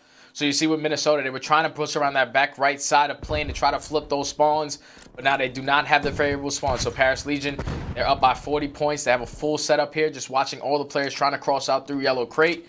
They're also keeping plane control with Scraps playing like a rat, but unfortunately he's going to drop to Standy. So now they're going to give up that plane control, but still time going in favor of the Paris Legion. Aqua still picking up kills on the backside. But so far, Paris are playing this beautifully. They're trying to keep those spawns for P5 because they know that is a money hill, and they can get a full 60 on that one. Yeah, so when you have spawns and you're playing well at the hard point prior to that, usually going to be in a good situation. But Minnesota, they do break in at a crucial moment toward that A Street. And they're going to need to try and chain this as well, coming in toward P5 in order to bring this one to a more level heading. And in the midst of that, we'll go and step aside and listen in with the communication now for our Astro Listening with the Minnesota Røkkr. Top red, top red. I think one might be playing. Top red, top red. What's top lane? Yeah, top lane. Oh, he got me from, Look for this guy top Alright, lane. you lose top tower. Donnie got to the back. Donnie's back wall. Responding blue. Okay. Come on, yo, top lane on me, I need help. I'm coming. I can help you. Top lane, push you, Nick. I don't see One him. shot, top lane. Nice. He's not top tower anymore. No, he's tower. He's tower. He is? Back walls. Okay, I'm looking tower. Yo, no trophy on time. I'm needing. I don't see him all though. I'm trying to help you right. What side? I'm needing tower. Tower, you dead. Watch out the box. One shot time. Wood window, Nick in contest box. I don't see him graffiti. Wood window, Nick in Wood contest window, box. dead. Graffiti, Donnie. Step box push out. Wood wall. He's going Wood to wall, step. Yuli, dead. Wood stairs in contest box. Donnie's Okay. He's top exit. Needing Donnie's contest box. yep. You gotta exit. Nice. I gotta exit. Contest box. I'll get him. I flashed contest box. Pillar. Nice. Oh, he's in wood. And wood, Yuli, weak. Jumping out wood. Left Front side, wood. dead. He's Flipping. Yeah, there's one blue guys. Oh, he's wood still, Donnie. I'm top lane right now. He jumped out wood. The rest are gonna be Donnie left side. That's top lane. Nice. Good job. Bring us back right here. I have a trophy on you, though. Oh, no, inner. Inner wall base, scraps. He's challenging. Challenging inner room. There's Donnie. In a room, one boy scraps. Okay. Oh, we gotta go He backed up. He's still like cubby or backing up to Stacks and B-wing. Donnie's in a room. Alright, Donnie stacks. Scraps. Donnie stacks, 2 hill. Yeah, stacks. I'm trying to B-wing. B-wing was hurt. Yeah. He's bringing a point. He's up the bill. He's in a room. Okay. Auto wall still. Okay, I'll get him. I'm flash. Auto wall dead. Take my time. Nice. I got nade right. Well, Standy, normally I ask you about the communication out of the Minnesota Røkkr, but really at this point, we've got to talk about what we're witnessing right now from the Legion. They go P3, P4, P5. They lose the last few seconds at P5, but it's not all for naught. In fact, in the midst of that, they also grab spawns for P2 coming up. Our Money Hill. How great has Legion looked, despite what I think are solid communication right now from Minnesota? Yeah, Paris Legion, they're just playing perfect hardball right now. They're giving up this remaining 15 seconds off that P5, so they flipped those spawns, and then they started off with initial time on towards P1. Scraps also went big with the 3-piece right off the rotation to shut down that push from Minnesota. But now it's all about trying to hold this push, and already you have 2 players that are spawning out. Classic and Scraps are going to have their hands full on this backside, but Classic, he's just trying to maneuver on the map. He's trying to take down the second and attach, but here comes the players from Minnesota trying to set up that pinch. That's going to be the players from Paris Legion eliminated from the backside of this P2 hardpoint, so that gives Minnesota the opportunity to get fully set up and get some more time on this clock. Yeah, and what a huge break that is for Minnesota, right? We're talking constantly about how, hey, this is a great situation for Legion. This is where they can really start to kind of break open that lead, maybe get past the 200-second mark, but it is the Røkkr who break in at the perfect time, but there's 2 coming in for both Scraps and Temp. They shut down the 3rd and attach as well. Can they make it a 4th onto Standy? He's able to stay alive for the moment. A nice nade comes through to shut down Aqua. Can Legion get to that 200-second mark? They're going to be just shy of it as we head in toward P3. So, like I said, a good moment there for Røkkr. They're able to get some time, but Legion toward the tail end, or ever closer toward that 200-second mark. It cannot just be a one nice hill from Røkkr. They're going to need to chain a few of these, much like Legion did in those first set of rotations. Yeah, they have to make sure that they keep the spawns for P4 and P5. That's the only way that Minnesota are going to be able to fight back into this game. And they're doing a great job so far. Just keeping plane control, making sure all the Paris Legion players are swanning out towards back yellow. But unfortunately, with Aqua hitting shots like that, opened up with 2, that's going to open up the map now for Paris Legion to try to get some more map control. Time is not going in favor of Minnesota. But with them only being down 50 points, like I said, they need to be able to keep those spawns. The Paris Legion are doing such a good job of just keeping them off this time, not giving up any extra time. How about Classic? How about Nicky D? Just continuing to be a thorn in the side. He's able to win the big 1 versus 1. And really just with that map control that he gains, it allows for every single lane to be able to move up as Legion are the final few seconds, or at least they're going to contend for these final few. So they'll be the first ones over at A Street. Granted, with that, bottom plane controlled well by Minnesota. Standy starting to heat up. And a slower start toward this hard point, but now sits at 16 and 17. We'll see what Minnesota can do as the focus instantly goes on to this team. How well can they hold over at A Street while also trying to lock in those P5 spawns? You've got the ARs winning their fights, but unfortunately the SMGs, they lose those up close. But regardless of that, will be Minnesota trailing back inside of the hill. 1 player toward back plane. That's going to be Aqua. he could start to cause a few problems as the slang constantly back and forth. Paris, they start to break on in. Røkkr, they need a good performance to try and make sure the Legion cannot continue to extend this. The contested hill for now, Minnesota still with those P5 spawns. Minnesota, they just need to keep control of that side of the map to be able to fight back into this one. Unfortunately, 2 players are going to drop, so now you see the Paris Legion players trying to push up that back alley, but Attach is able to eliminate Classic off that. Tep's going to try to go for the challenge as well. Attach going huge off the rotations, but just like that, Paris Legion are able to flip the spawns, and Minnesota have to try to break through the front. Do indeed. Just 2 seconds left before this one is done and dusted. Do we call it curtains here, or can the Røkkr do something? Classic shutting them down left and right, and Minnesota not going to be able to get to the hill in time, as this one will belong to the Legion, and a solid performance at that, 250 to 169. We said it, Study. We called it out in the game field keys to victory. They needed to win that opening hardpoint, and they're able to do it, my friend. Yeah, man, and it was off that very first rotation of hardpoints. They were able to chain that P3 to that P4 to the P5, and then eventually flip those spawns on their head when it rotated back around towards the second rotation of hardpoints. Paris was just playing beautifully from start to finish of that hardpoint. Minnesota, they were playing from the back foot. They had to try to break multiple hills. They couldn't really get a setup in their favor. They had that setup for P2, but Paris Legion, they were able to break it with about 30 seconds left, so they were just climbing that board, just chasing that 250, and eventually they get the job done right there, man. They close it out. They contest that P4 all the way down to the very end, and then they flip those spawns and eventually close out that game. Good hardpoint right there out of the lead. Yeah, solid hardpoint, and really a consistent hardpoint at that, right? The lowest amount of kills was 19. The highest for them, 23. Consistency early for the Legion. Can that echo now into the search and destroy, or will Minnesota level this one up at 1 apiece? Stay with us. This Paris Home Series will continue.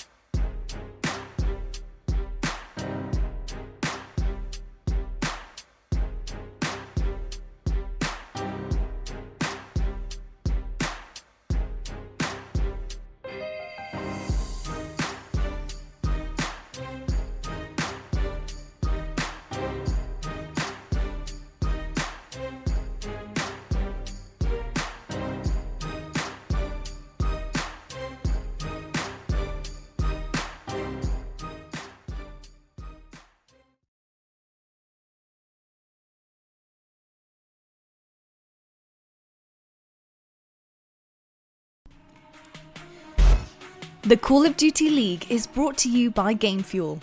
Use code CDL 2021 for a special discount on GameFuel.com. Tournament audio and team listenings are powered by Astro Gaming, the official headset and mix amp of the Call of Duty League. The Call of Duty League is presented by Zenni, the official eyewear for the CDL. Armor your eyes with Zenni Blocks blue light protection glasses by visiting zenni.com/gaming. Welcome back, folks, to the Call of Duty League. It is the Paris Legion taking on the Minnesota Røkkr, and we gotta kind of sit still here with this Røkkr team because it has kind of been an interesting sequence for them as of late. When we talk about performances, right, everything was excellent. When they start things off with Standy, the team is just hitting new levels. And as of late, man, they've been a little shaky overall. We talk about their performances. It clearly looked like a better team, but the question is, are they just in a slump, or maybe this team just had a really good honeymoon period? They probably just had a really good honeymoon period, man. There was no team out there to have the expectation of Standy coming in and being the player that he was at, and now teams are starting to catch on. You see in that very first hard point, they still have those mistakes on their setups where they're still flipping out towards the very end of those hard points, and it's really costing them. So now they're going into a Miami search and destroy, where the search and destroy hasn't really been that backbone game mode when we talk about Minnesota Røkkr, because in their last 6, they are 1-5 currently, and for both of these teams on this map specifically, they are both sitting at 2-3, so this is going to be just an even playing field for both sides. You have one side, which is Paris Legion, just made a roster change, so they're still developing strats, and Minnesota, who are trying to get back to that form where their search and destroy was really pushing them over in a lot of these series, and hopefully on this Miami search and destroy, we'll see a lot closer of a game. Yeah, man, like, you kind of hope to see that, right? Because I feel like, you know, when we talk about search and destroy for both these teams, you know, obviously for the Paris side specifically, it's not really been good all season, right? They have I think it's like the 11th best, or you could say like the second worst, depending on how you look at it, but they've got a 5-12 record. That's all you really need to know. Search and destroy has not been good for them, but kind of considering the struggles in the search and destroy and the control. But we talked about the first 3 maps, as you called it out, man.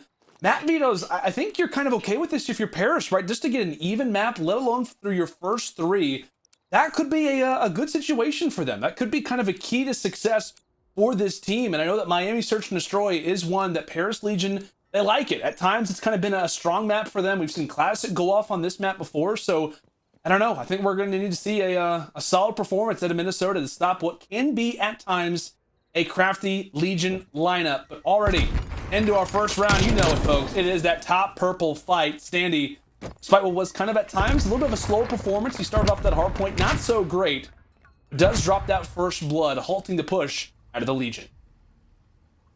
Yeah, good first blood right there out of Standy to make sure that his team takes control of that top purple. So that's going to set up attached to only watch towards the lower garage, and he's able to pick up the kill onto Temp. Turns into a 4v2 situation. He did see that player slide off towards the bomb site. But now Paris have their hands full. The flashbang coming in. 2 players are going to walk right in front of aBeZy. He's able to take down 1. Is he going to try to run away with his life? But he's going to get traded by Priestahh.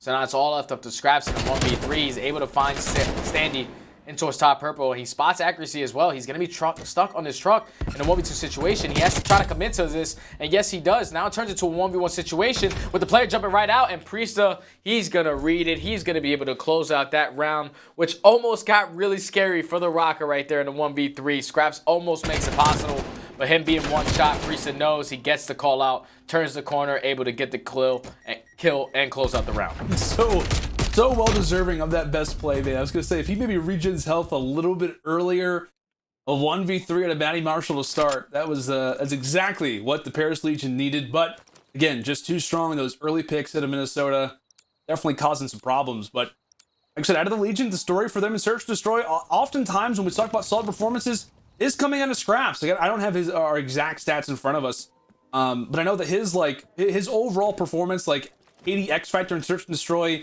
it's insane, just because he has been that search destroy player for them. We know how great he was last year with the Royal Ravens. His prowess in search and destroy obviously impacts the team from time to time, but it's about that synergy. And speaking of synergy, a great start from Minnesota as we get the nice camera view over top.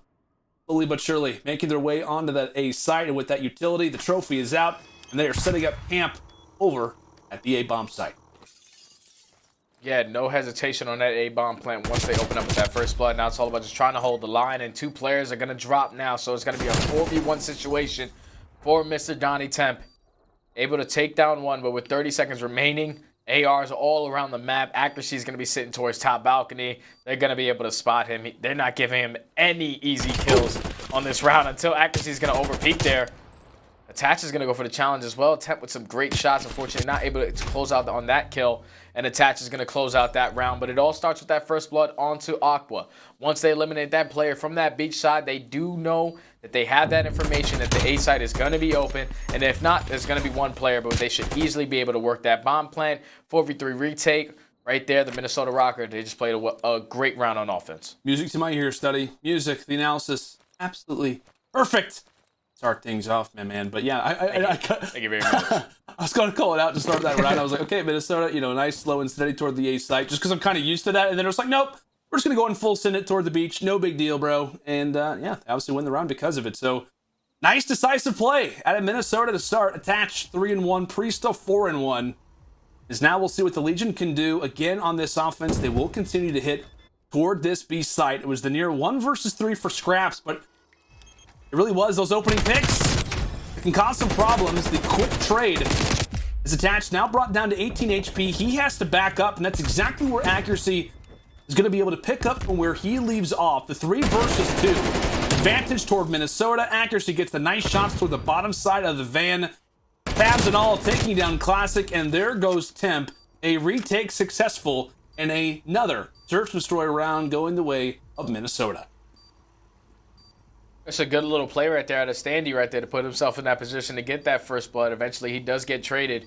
But Attach really playing his life towards back alley. Unfortunately, he wasn't able to get a kill, but sets up enough time for Accuracy to come in, able to get that first blood, and then get the second kill onto Classic. Turns it into a 1v3 for Mr. Temp. And so far, Minnesota Røkkr, nothing but teamwork in this search and destroy is really prevailing right now as they're up 3-0 on this map number 2. Yeah, man, and just all-around solid play. And I know you just spoke about it a moment ago, but kind of one of my favorite moments throughout that round was this very play, right? Attach.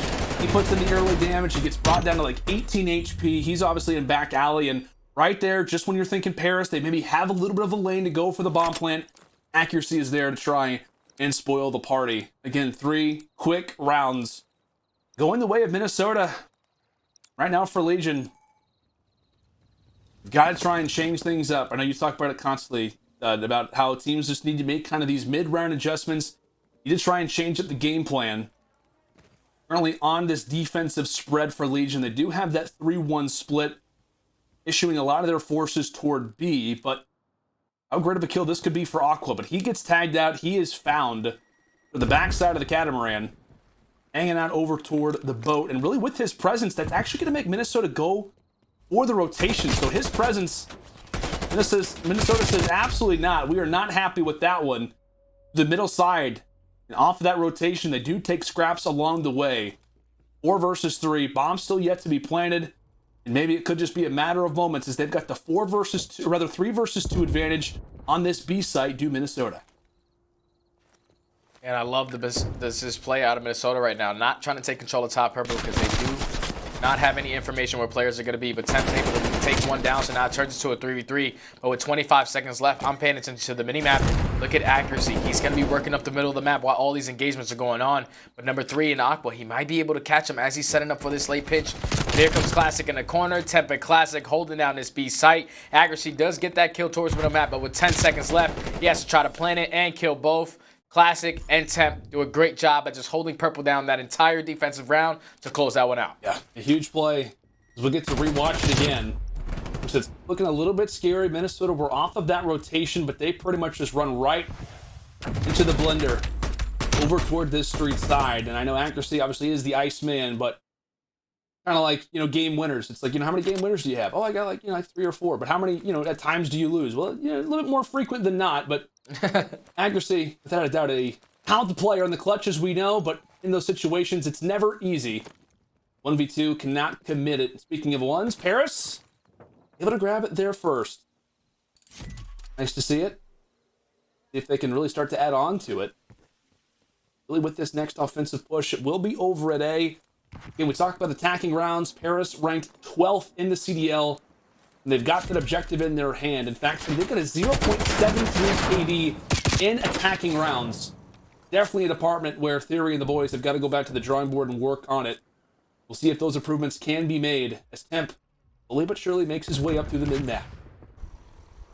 And this is kind of scary. This Temp's positioning can be huge. He can either flank towards this A site and try to get a pick for his team. He might be able to get hurt there, but unfortunately, he's going to be able to take down Priestahh. So that opens up the beach positioning for his teammates to be able to push up. And now he does know that Accuracy is going to be up top. He's going to be one shot, so Accuracy has to jump out that front window as that nade does come in. It's all about just playing your life here if you're Temp. Trying to get this bomb down. Paris Legion only have 20 seconds to do so. Accuracy's going to be working around the top side, but Classic's going to be underneath, and Attach is going to go for the challenge, but unfortunately, he's going to drop. Do they know that Accuracy is going to be right above him? Yes, they do. Accuracy is going to be able to take down one. Trying to go for the second onto Aqua, but But unfortunately, both players are going to drop in another great round out of Paris, especially on Temp. Slowly but surely creeping up the middle of the map, able to eliminate Priestahh off of that beach position, give his teammates the opportunity to push up, eventually work towards that bomb plant. Just completely broke the setup for Minnesota Røkkr right there on that round. Good round out of Paris. Yeah, man. A much needed round at that. Like we said, they're able to finally start to stitch together too. But really, that round, I think, just has Donnie Temp, young Kyrie, his signature all over it. Makes the nice plays through the mid-map. Really from there, breaks open the setup. As Temp sitting on 4 in a row. Great performance so far from him. I know Search and Destroy necessarily wasn't like the department where everybody said, okay, now with Temp coming onto the team, now we're going to be a better Search and Destroy team. But at least so far, he has put in the work through 5 rounds. Leading and slaying for the team. As Aqua continues to be a problem. Over toward this Catamaran, really just shutting down that A site. But with that in mind, Scraps does drop for the opening kill. Aqua's still hanging out, really based off his position. Him and Classic are able to set up things for a moment, but really with that pick, it's Minnesota overall winning the fights, and now a hot hand. We'll see if Temp can go for a heat check. It would be a hot and spicy round if he could walk away with it. 1 versus 3. Does get the nice nade on to attach, so first job done. Sam being so problematic through the middle side of the map, well, he's going to have to jaunt his way to the middle side of the street just to make this one competitive. As he will fall. Minnesota, a clean and big round for them to take. Just opening up with that first blood onto Scraps in the middle of the map really just breaks the setup of the Paris Legion. Once they're able to do that, they bait and switch out on Aqua towards the boat. They take full control of that A site. I would have liked to see Temp right there. He was on a 5 spree, and if he was able to pick up some streaks, it could really change this game to not really commit towards that round. But fortunately, he's going to drop, so no streaks going in favor of the Paris Legion there. Now they find themselves down 2-4. Minnesota, the way that they played their very first defensive round, they had Standy and Attach take control of top purple. But so far, Paris Legion have not tried to be aggressive on that ever again. This looks like they're going to go nice and early this time with Scraps and Classic leading the way. Scraps and Classic leading the way, but Standy could be there to spoil things. The early kill on the Temp. He backs up, tosses out the nade. Much like a ninja would toss out a smoke, he tosses out the nade and just quickly disappears. Meanwhile, it's the aggression on the other side, looking to try to push out. Attach as the nade shuts him down, but Standy along an awaited flank as he'll get cut down toward the top side of the stairs. 3 versus 2, advantage right now for the Legion. Bomb still yet to be planted. And Priestahh's gonna have to make a nice little run through the middle side of the map to join alongside his squad mate. Actually does have the angle, but it's Classic from down low. He wins both! It's the Iceman winning the 2. Aqua on the other side.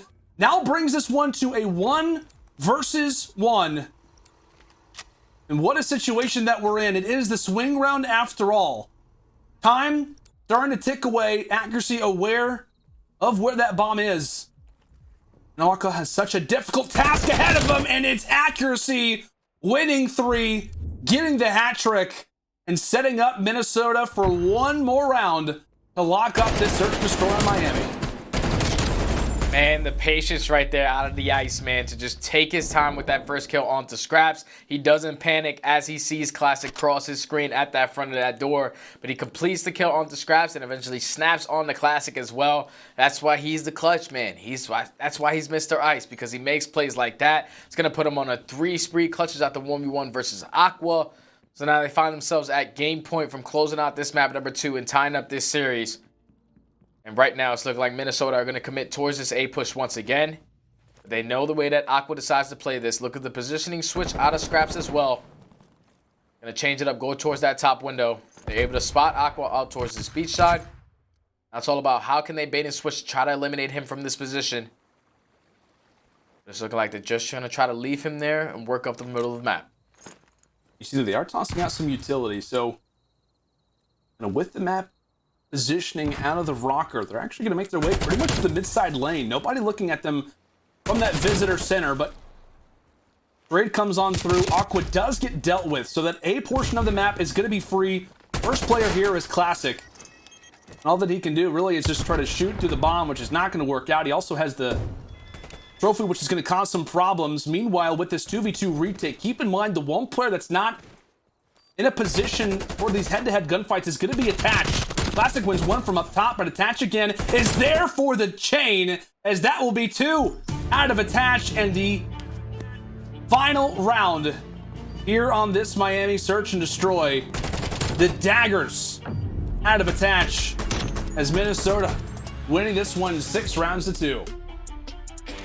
That was just textbook S&D, man. They were singling out a player, and every single time they did that, they were baiting and switching to eliminate him and then eventually fighting for more map control. Minnesota just played that S&D like we haven't seen them playing in a really long time. Teamwork was there. Accuracy still's got the ice in his veins, and that was a great search and destroy from top to bottom. Paris Legion, you're going to go back to that round where Accuracy was able to clutch up there. That was the swing round where it could have went to a 4-3 or instead of a 5-2, but Minnesota, they just get the job done, man, and now they're tied up 1-1. Are indeed. Like we said, that first hard point, maybe that could have really hurt the Minnesota Røkkr, just kind of given how Search and Destroy has looked. But as you called it, my friend, and called it perfectly, Minnesota just textbook Search and Destroy. And like I said, with the clutch plays, with the clutch factors they have on this team, it's just kind of a matter of time before we saw one. As Accuracy, yet again, a highlight moment throughout this game. Of course, that one is going to be our U.S. Army tactical play. And it was the clutch that came in toward that round 7. As you called it, Study, it was the swing round. A big moment, possibly for Paris to get brought back in this game. But Accuracy says no. Yeah, so Standy right there, he opens up with that first blood. And you see the way he's able to back up, just play his life to the best of his ability. But once they were being aggressive towards this guy back out, it's exactly what they needed to do. Turn it into a 3v3, and then a great corner right here out of scraps to take down Standy. So it turns into a 2v3 situation. And just look at the patience right here from Accuracy. We started pre-aiming at the top at 45 seconds. When he decides to take this first bullet is when he knows he can guarantee this kill. And at the same time, he spots Classic running across the screen. It was terrible timing for Scraps right there to jump out at that time. And then Classic, he tries to go for the instant trade, and Accuracy, he just gets the better of him there and able to walk out with that one. Now it turns into a 1v1 situation with 25 seconds remaining on the clock. The bomb is going to be down, so Aqua has to work towards that. He has to try to pick up that bomb once again.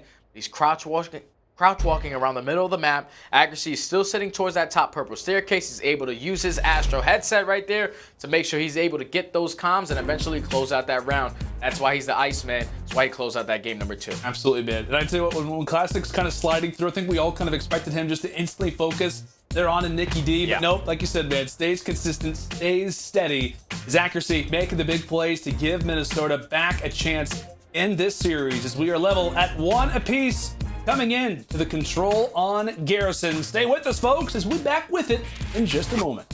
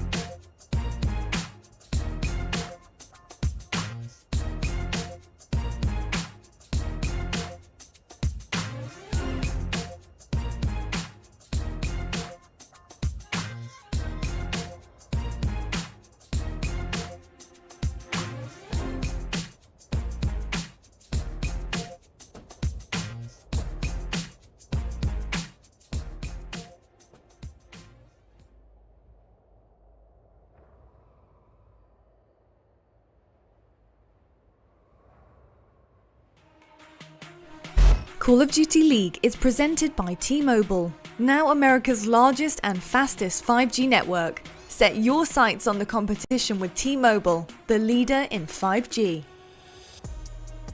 Scuff, the official controller of the Call of Duty League.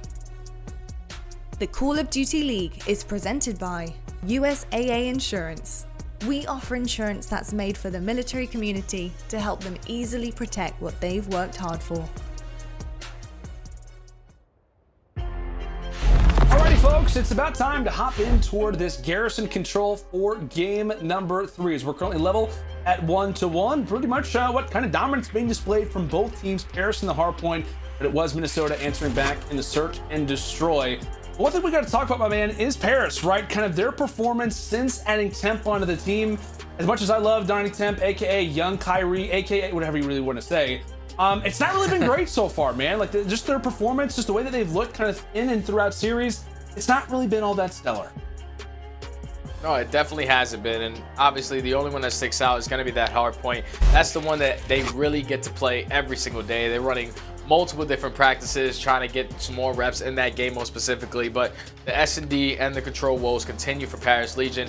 With the new roster, it's going to happen in that Search and Destroy, but they need to be able to answer in this control right here, which is going to be Garrison. Both teams on both sides are going to be sitting at 2-1, and you see on the quick scope presented by Scump, 11-12 hardpoint record for Paris, so they do have the advantage there, but the Search and Destroys and the controls are both going to go in favor of Minnesota. So after Minnesota just clutched out that Search and Destroy, going into this Garrison control, it's all going to come down to the submachine gun players for me. So I'm looking at Classic and I'm looking at Standy. The way that these guys are able to maneuver this map, just sneak around, get towards back bricks, get around through underground tunnels, and just maneuver the map. They need to be those playmakers on this map to open up the map control for his teammates to try to get more positioning. I feel like too, man, kind of echoing off of that. Like I feel like Classic doesn't deserve enough love. I know Paris Legion, just kind of given their performance, just the way that they've looked as of late, and really just with kind of at times, a roster that looks like they can be great, and then just at times starts to falter. It can be difficult for a player to really stand out unless your name is Aqua or Scraps, who just happen to have insane KDs. Classic really puts in the work, man. Like when we talk about his performance, at times he can take over games. At times he's kind of labeled, or really kind of is, the dirty work type of player. And we talk about Comms, just his kind of performance. When we talk about his ability to win, right? He has such a great record. He's won in multiple titles. Like I forget the exact streak, but just his performance, his ability to kind of add different elements to a team, it cannot be understated. Excited to see him, as you called it, my man, in toward this Garrison control. A big one for both of our teams. As we called it, the records continue to be the same through our first 3 maps. 2-1 for both these teams. Again, not something that you're avoiding playing, but also something you're not overly confident in. So we'll start things off with the Paris Legion on their opening offense. It is Classic. We're looking through the eyes of Nicky D to start things off, but it's attached on the other side, shutting them down with a nice 2-peek. That's going to be 3 down nice and early for the Paris Legion. So now they got to fight for their spawn, and Minnesota Røkkr, they are pushing up, gaining map control. They're going to try to keep towards top green, but Classic, he's able to sneak through, so that's going to be 2 players down, so that might be the opening for Paris Legion players to try to get more pushed up, but Standy's still causing havoc by this tools area, just being a menace on the map for the Paris Legion. That's going to be another 2 players. Paris Legion, they just cannot chain a couple kills together to try to get out of their spawn, and Standy, he's going to be in a nice early 5-3, trying to work towards some streaks, but Scraps is able to take him down. And at times we can just see SMG players start to thrive, whether it's hardpoint, whether it's control. You give them some of these angles. Obviously the fight's kind of up close, at times favor those SMGs, and Standy on a heater to start off. 5-2 for him. Attached on the other side, 4-1. Does get met with the headshot from Aqua, so that could be the lane that starts to open things up, as Classic will hopefully look to try and lead the charge. Stops that clock at 15.3 seconds. With the amount of players that kind of are on the other side of the map for Minnesota, it will be the 1 versus 2. So Priestahh and Accuracy, they handle business. Shut down any extra forces that Classic can have. So with 14 seconds, he has to try to make the play. Does get some assistance. Temp jumps at a top green at just the right time. But the 2v2 will favor Minnesota. With 8 seconds on the clock, what can Paris do? Aqua onto the point, living on a prayer. Lives not favoring them by any means as time just continues to tick away. Scraps, he ends up getting taken down. Player 2 in Classic still is trying to be problematic toward that A point, but he can't hop off of it, because if he does, the game will end. The round, in fact, will end. Paris trying to do everything they can just to try and stay alive, but finally, they will get found out. It's just a matter of time, Study, before Paris, before their hopes of trying to pull off a crazy comeback would come to an end. But how about those SMG plays out of the Røkkr boys to start this one off? I told you, man, it's the SMGs, the way that they're able to maneuver around this map. You need to be a route man. Route man gets paid, and that's exactly what Standy and Attach were able to do on that very first round. Just staying so pushed up on the opposite side, on Minnesota's side, on Paris Legion's side of the spawn, where they were just causing so many problems. Just spawn killing them, putting them around tools area. It was just really difficult right there for Paris Legion to try to get any map control. But now they need to have a strong response on defense.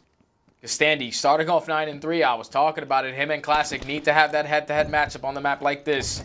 And so far, Standy is winning it. He's going to open up with the stick, but unfortunately, the trophy is going to be there to save the guy's life. Yes, indeed. They line up. That's actually going to be 2. Can he find the third onto Aqua toward bottom tank?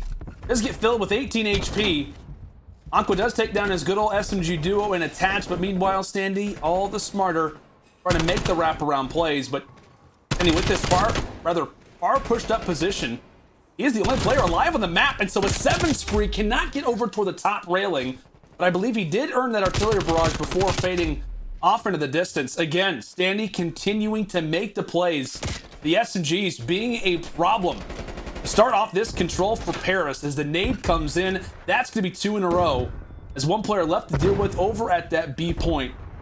Back and forth we go, but without a doubt, a much different offense. Much different offensive look here from Minnesota. Just a few moments away from capturing that B point. As Standy continues to do work toward the other side of the map, causing problems here over at A. The only thing is, they weren't able to secure that B point to extend this time by a minute. As I say that, a player is going to be on it, so they should be able to close it out, but Standy's still picking up every single kill from this top plat area. He still does have that artillery to work with, and now he's going to decide to call it in. He's on another 4 spree, trying to work to some more streaks. He's able to take down Scraps, able to take down 3 with the artillery, and Minnesota, on the back of Standy, they come out and win that offensive round so fast, and now they're up 2-0. We're talking about how often you see streaks at times just not be utilized correctly. Perfect instance of it right there. Standy gets the call from his teammates to say, yep, now's the time to rock it, calls in the artillery, and finds the triple. Impressive plays out of Standy. Really, the entire team, just a great effort out of them. Making offense on Garrison just look simple as they grab a commanding 2-0 lead. I mean, look at the kills. Like 6 for accuracy, 7 for attach of Priestahh, and there's just Standy, just at 20-4. An unreal performance out of him. As like I said, he's still sitting on that 7 spree, so we could see the crews get grabbed as well. Back-to-back rounds, it has been Standy to start. He's looking to try and play his life, a few nades, so that crew's really the only negative right now for Minnesota, but at what cost? That's the only way you're able to take the guy down. So 3 Semtexes straight into a room, and eventually you will be able to kill Standy. So now that's going to put him at 20-5 on the map so far. And some early progression coming in on towards this B point is going to be Paris on it. But accuracy able to get 2. Awkward with the trade. It's going to force Scrap to just try to play his life towards this dark area. Taz is going to be able to win that gunfight onto Aqua through the middle of the map. Going to go for the second challenge onto Scraps, so eventually he's going to get traded. But kills are just going back and forth so far. Paris Legion are trying to fight for some more map control. But it's impossible when Minnesota are just so far pushed up, trading kills left and right. This is at times like how we see certain teams struggle with like teams like Atlanta FaZe, right? It just looks like there's like 5 or 6 players on the map. They are just flying so far throughout Garrison. Really, players from Paris just struggling to even get a solid gun engagement. Is finally sitting in a 5-team spree that will open up that B control point, maybe, then to secure one. But it is that green presence. As Classic falls, it will be the 4-3 push. Scraps trying to hang on valiantly, cannot escape with the 5 spree. Wiped away over at that B point, and this is where things could start to get problematic. 30 seconds on the clock. If a round is locked here from Paris, this one is done. A nice slide comes through, but again, it's that top green pressure. It's Priestahh, P-Dog, laying down the bullets. Causing issues. Just trying to stay alive. Trying to stay alive. Paris, moments away from what could be a 3-0 loss here on Garrison. Not looking good, man. With 10 seconds left, they're going to be trapped in their spawn. Minnesota are picking up every single kill, but Aqua's going to be able to try to take down 2 with them. They have to sprint. They have to sprint straight towards this B point, and just like that, Minnesota Røkkr are going to close out that control in a 3-0 dominant fashion to put themselves up 2-1 in the series. Oh, my goodness, Study. I tell you what, my man, that was just one that you want to forget if you're the Legion. Like, I know we talked about like previously, like a Men in Black type situation where you're, just trying to forget things. You got to forget that map. Standy, well deserved of a fist bump, maybe even a hug potentially after that. Just an unreal performance from him, as it will be Minnesota's first control 3-0 of the season. Love to see it from this team in regards to how they struggled in that first respawn, but I know let's take a look at the stats. What does Standy finish off? 24-10. Pretty good, Standy, considering we played 3 rounds. Yeah, that's really good, man, because he is the route man, and the fact that he was able to pick up a lot of these kills and just put himself in the positionings that he was in, just being aggressive on the map, winning a majority of those gunfights on that 8 point when he was by himself. Not only picked up 1 streak, but was able to pick up 2 sets of streaks, at least 2 different artilleries. Man, the guy just went off. Classic, unfortunately, 7-15. I told you he needed to be there to match Standy on being that route man, but unfortunately Paris Legion, they just couldn't get any map control, man. A lot of kills didn't go in their favor. Minnesota counter, now they're up 2-0. Well, as we called it, as we called it, man. What, search, destroy, control, just not too good for them, right? Not too good for the Paris Legion, but so far for Minnesota, they have rolled throughout our last 2 games, and now we talk about hardpoint, right?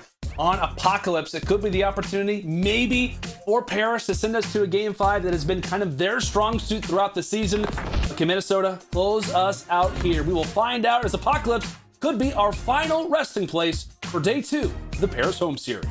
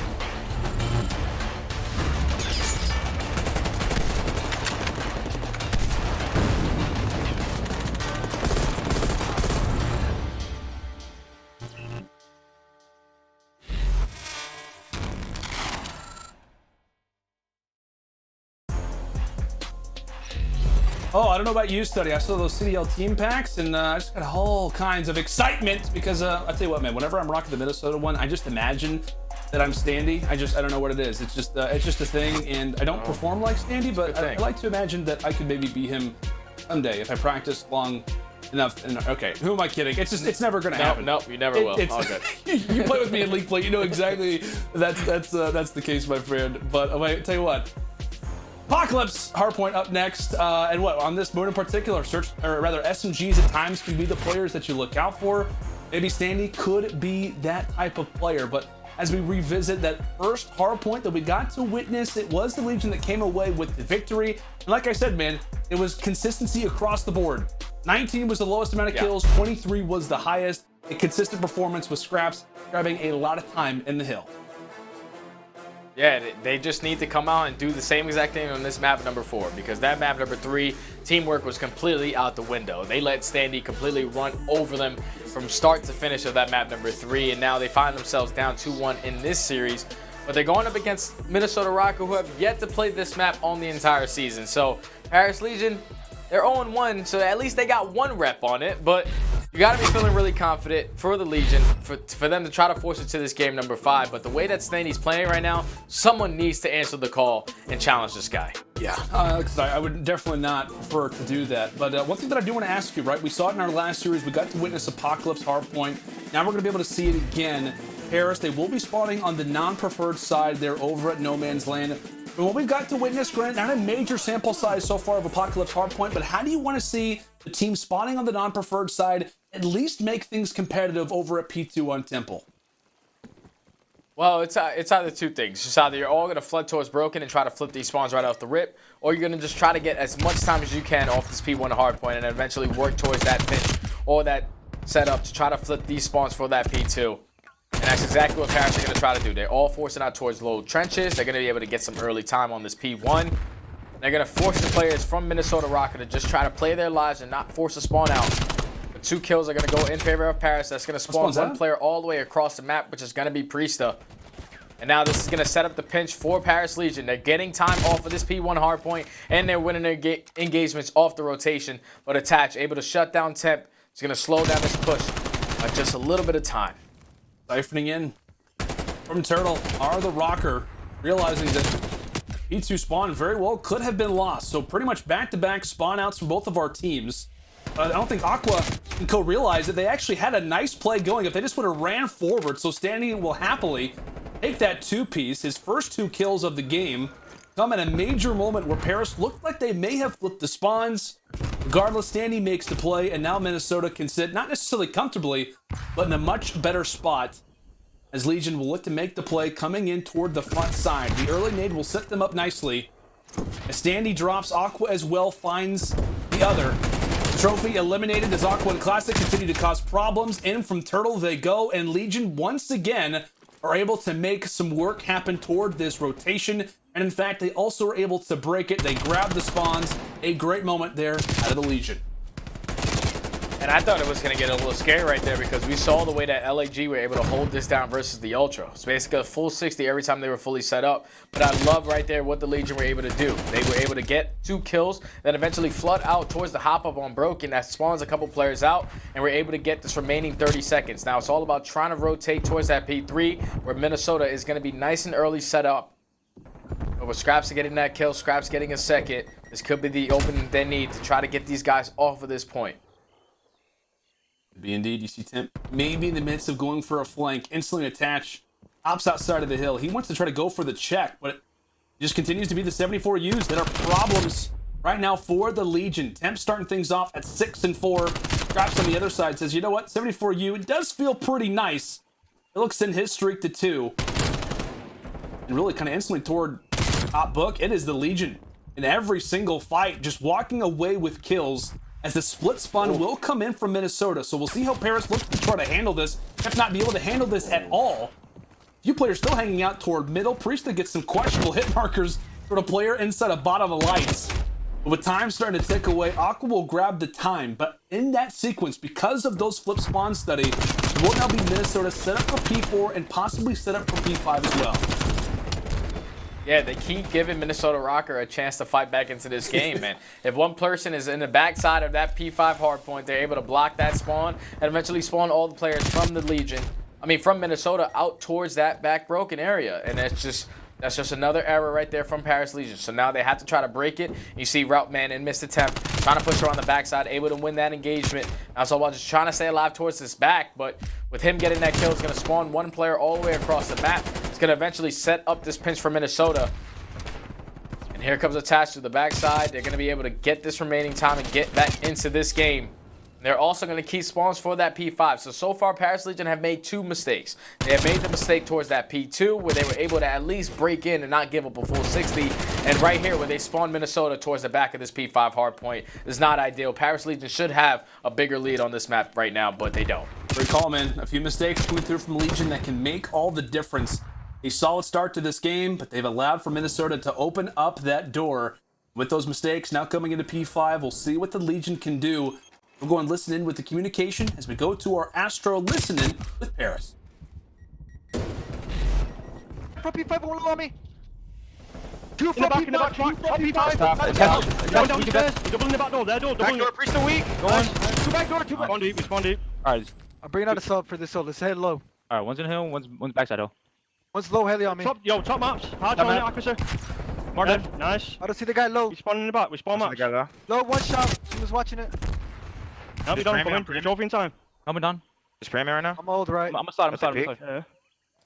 You're doing the team shoot. Standy weak. Nice. No one right corner. Close right corner. Right corner. One more close. I spawned in the back. They're gonna be on you, Uly. He's gonna be on you, iLLeY. Yeah, we spawn in the back, bro. You gotta go big, iLLeY. He's just low TV. They don't go left. I need comms. The one's in the window on the left. I don't see a maps or tempo. I can kill that guy. Give me time. Got Lamar. One was top maps. No, one back maps. One's top TV. He's front coop. Alright, Priestahh low helicopter. Front coop, guys. Priestahh dead low. Nice. No one low. Low me, guys. Try to help Maddie. One shot time. He's challenging me. Low Kill the guy left. Low me still. Low. Time weak. I don't see him low. Yo, nothing rush me. I can't shot. He's looking helicopter. One more tempo. Nice. Lamar was low. On time now. Alright, Let's run this P1 time. I'm absolute, guys. Lorraine, don't say anything. Well, you have Lorraine, do. Hello, right. Blue barrels. Standy on time. I have no health, guys. Back maps. Back maps. How far hurt? Try and get time, bro. Attach back map. Half wall. Touch is low. How far? One shot. Priestahh really hurt. Two maps. One time Touch is low, man. I'm all low. I'm trying to find my eyes. Time dead. Nice, dude. Standy there low. He's weak low. But that listening study, kind of one thing stuck out, right? It was that situation where Aqua's hanging out toward middle. He says, hey, I need comms. He doesn't see the player. And now that sets up Minnesota for a solid P2 hold. Granite Legion, they are forcing their way through the front toward front temple. But as you said, man, it's kind of been Legion putting themselves in this spot. The reason why they don't have the lead is not because of Minnesota plays, but it's because of the mishaps happening on the Legion end. Yeah, they definitely they are making major mistakes. Like on the end of that P5, they try to challenge it with about 20 seconds left instead of thinking about that rotation, and that's what causes them. So now they're getting, unfortunately, full 60'd on in this P2 hardpoint. You see a couple players trying to push around the back, but Minnesota, they shut down that push. So now it's going to cause all the players from Paris Legion to try to break through the front. But at this point, with 25 seconds remaining, you need to start focusing on this rotation. You see number 6, nice and early, which is going to be attached, making the heads-up play, which is going to spawn one player in Classic out towards the backside. Eventually, he's able to take down 2, try to get this remaining junk time, able to take down the 3rd as well. So it's not that bad of a situation, but they have still yet to find Attach off the rotation.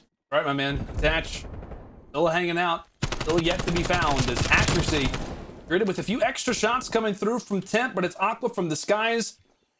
Toward the backside of TVs, goes for the opening engagement. We'll drop that one to Attach. But Scraps is there. Back and forth we go. About a 30 to 40 point game up to this point. Minnesota with the advantage. It's really throughout this hill. It's kind of focusing on P4, P5. Paris spawning on the preferred side for the moment. So in terms of advantages, Minnesota with the lead. But Paris, in terms of the long game, in the better spot of the two.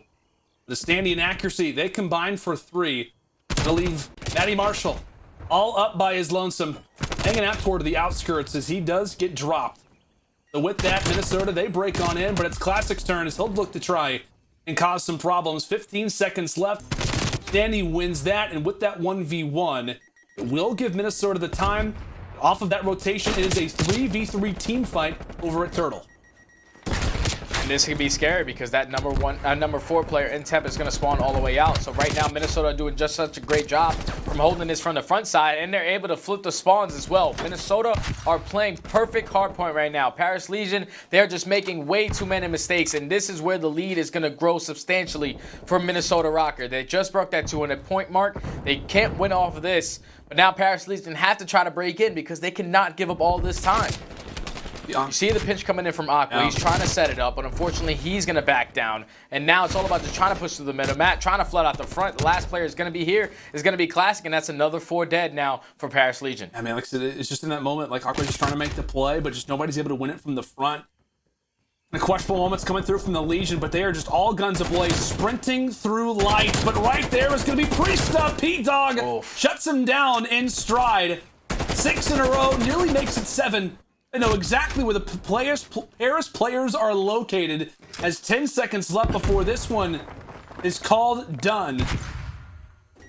Priestahh hanging down, shutting them down left and right. Aqua tries to make his way on the ladder, but it's going to be a no-go as Minnesota roll through our final 3 maps, convincing in the search and destroy, convincing in the control, and convincing in the harp one.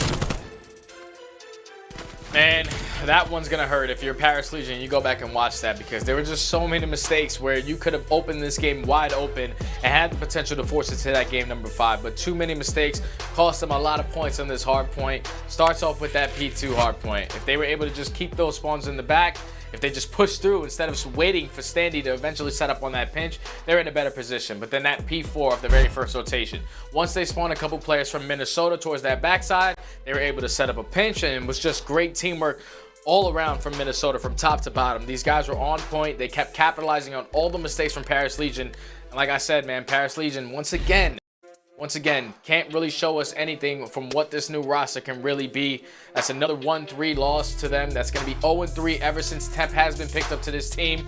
It's just not looking good for Paris right now. Yeah, you see the signs, right? Coming through from Temp. Just kind of a frustrating loss for this team. Is they just continue to try and make changes. They continue to try to change things up, but it's just not working out for them. And I think you called it perfectly, man. Like, they had opportunities throughout that hard point. There were different situations throughout Apocalypse. This was a convincing win in terms of the scoreline, but like I said, it wasn't just because of Minnesota making plays. It was Minnesota taking advantage of the opportunity that the Legion gave them.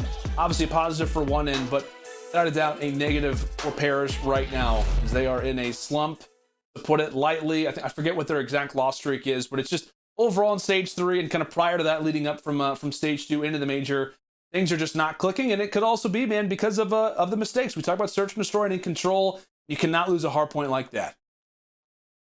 Yeah, the search and destroy, I expect to be there. I expect the S&D Wolves to be there because it's still a fairly new team, and they have to develop strategies against these teams who have just been together for a really long time, and you're going up against top competition, just specifically in that game mode, especially with Minnesota Røkkr in that map number 2. But that map number 3, that control, where we saw them on the map number 1. They came out and they were able to equal the slaying department. But then right there in that control, they just couldn't fight for map control. They let Standy completely run over them, and they just couldn't recuperate and just get back together and execute a play to break out of their spawn or anything like that. And then that map number 4 just came down to some mistakes, man. If they just eliminate those mistakes, they put themselves in a better position to close that out and had the potential to close it to a game 5. But once again, Paris Legion, they just let go of that foot on the pedal after that map number 1. And it costs them. Yeah. And it's that foot off the pedal, man. Could not be more accurate of a statement. And shout out to our stats team. They just kind of sent that over to me. Shout out to Tyler the GOAT. Says Paris now on a 4-match losing streak. Not too solid. Not too solid by any means. But let's go and revisit that hard point on Apocalypse. I'm sorry, Legion fans. Or sorry, a scuff play of the game. Apologies, Paris fans. But we got to revisit Apocalypse. I apologize. Yeah, we have to see it again. And really, man, it's the plays late. It's the plays out of Priestahh. P-Dog making the play, shutting down what was a last-ditch effort out of the Legion to try and flip spawns and to try and cause some chaos over at P5. And the crazy thing is, like, before this P4 hardpoint even started, Minnesota, they were getting bad spawns. They were spawning out towards Broken, but they rotate nice and early as a team. They were able to fight out through the front and then chain a couple of kills together to force those players to spawn up behind them. And that was just great teamwork out of Minnesota. Once again, they were capitalizing on the mistakes from Paris Legion on that map, and they get the job done in the 3-1 series. I'm just happy to see them back in that S&D form, though, because they were 1-5 before that win, and now they are 2-5, which is going to be a little better. But getting a 6-2 underneath your belt, getting your feet wet in that search and destroy in the win column, it's got to be feeling good if you're Minnesota. It's got to, man. And maybe this could be kind of the rebound series for them. We talked about kind of their struggle in terms of performance as of late, but they get the 3-1 here versus the Legion. And like we said, man, they're going to need all the confidence they can gain from a series like this, because they have got a rough schedule coming up. They've got the Battle of the North facing off against the Toronto Ultra. They have LAG, and then waiting for them at the end is going to be the Dallas Empire, a team that hopes to kind of continue to make some strides now with FeLo in the starting lineup. But on the other end for Paris, man, it's rough, right? We're talking about 1-3 versus Empire, 0-3 versus a Guerrillas team that literally just brought Sheen into the team, and then a 1-3 loss here versus the Røkkr. Still have Florida, still have Toronto. Like we said, on a 4-match losing streak, 1-7 in their last 8 series. Not good right now for Paris, and like I said, man, we'll just kind of see what can kind of happen with this team. As unfortunate as it sounds, it's just a matter of some teams being hot. It's about how competitive this league can be, and Legion, they've just been running into all of our stacked rosters right now. Yeah, they started off with Dallas Empire, who unfortunately they still had Hook on the roster, so that's going to be a tough matchup. Then they go in versus the Guerrillas. I expected that to be a closer series, but Chino, he comes in, makes his debut, and just has a tremendous series from top to bottom. They get the job done there, and then they just dropped the series to Minnesota, so that's going to put them 0-3 in this group, and they still have to play Florida, and they have to play the best team in the game in Ultra. So the best that they can do right now for me is a 1-4, because I don't think that they're going to beat Toronto. It's just that simple. The best chance is to try to beat Florida, but the way that they're looking right now, it's a really tough task to get done. It's going to be rough, like we said. But hey, taking a look at our schedule coming in toward tomorrow, it's a new day. It's also a new month, May 1st. Royal Ravens taking on Atlanta FaZe to start off the day. Then we got Dallas Empire versus LAG. Then to close things out for our Game Fuel marquee match, it's going to be the Seattle Surge taking on NYSL. Oh boy, I am excited for that one. In particular, a lot of things to be excited about. And actually, if you're a Minnesota fan, let alone if you are a player on the team, got to be stoked after a W like that, as they're able to rebound post the loss versus the Florida Mutineers. But like I said, they get the W here, and convincingly in our final 3 game modes. Like we said, the Search and Destroy was great, Control and the Hardpoint was as well. But folks, when we come back after this quick little break, it's gonna be myself standing by with Priestahh, aka P-Dog, getting his thoughts on the series and how the Røkkr look to continue to improve throughout Stage 3.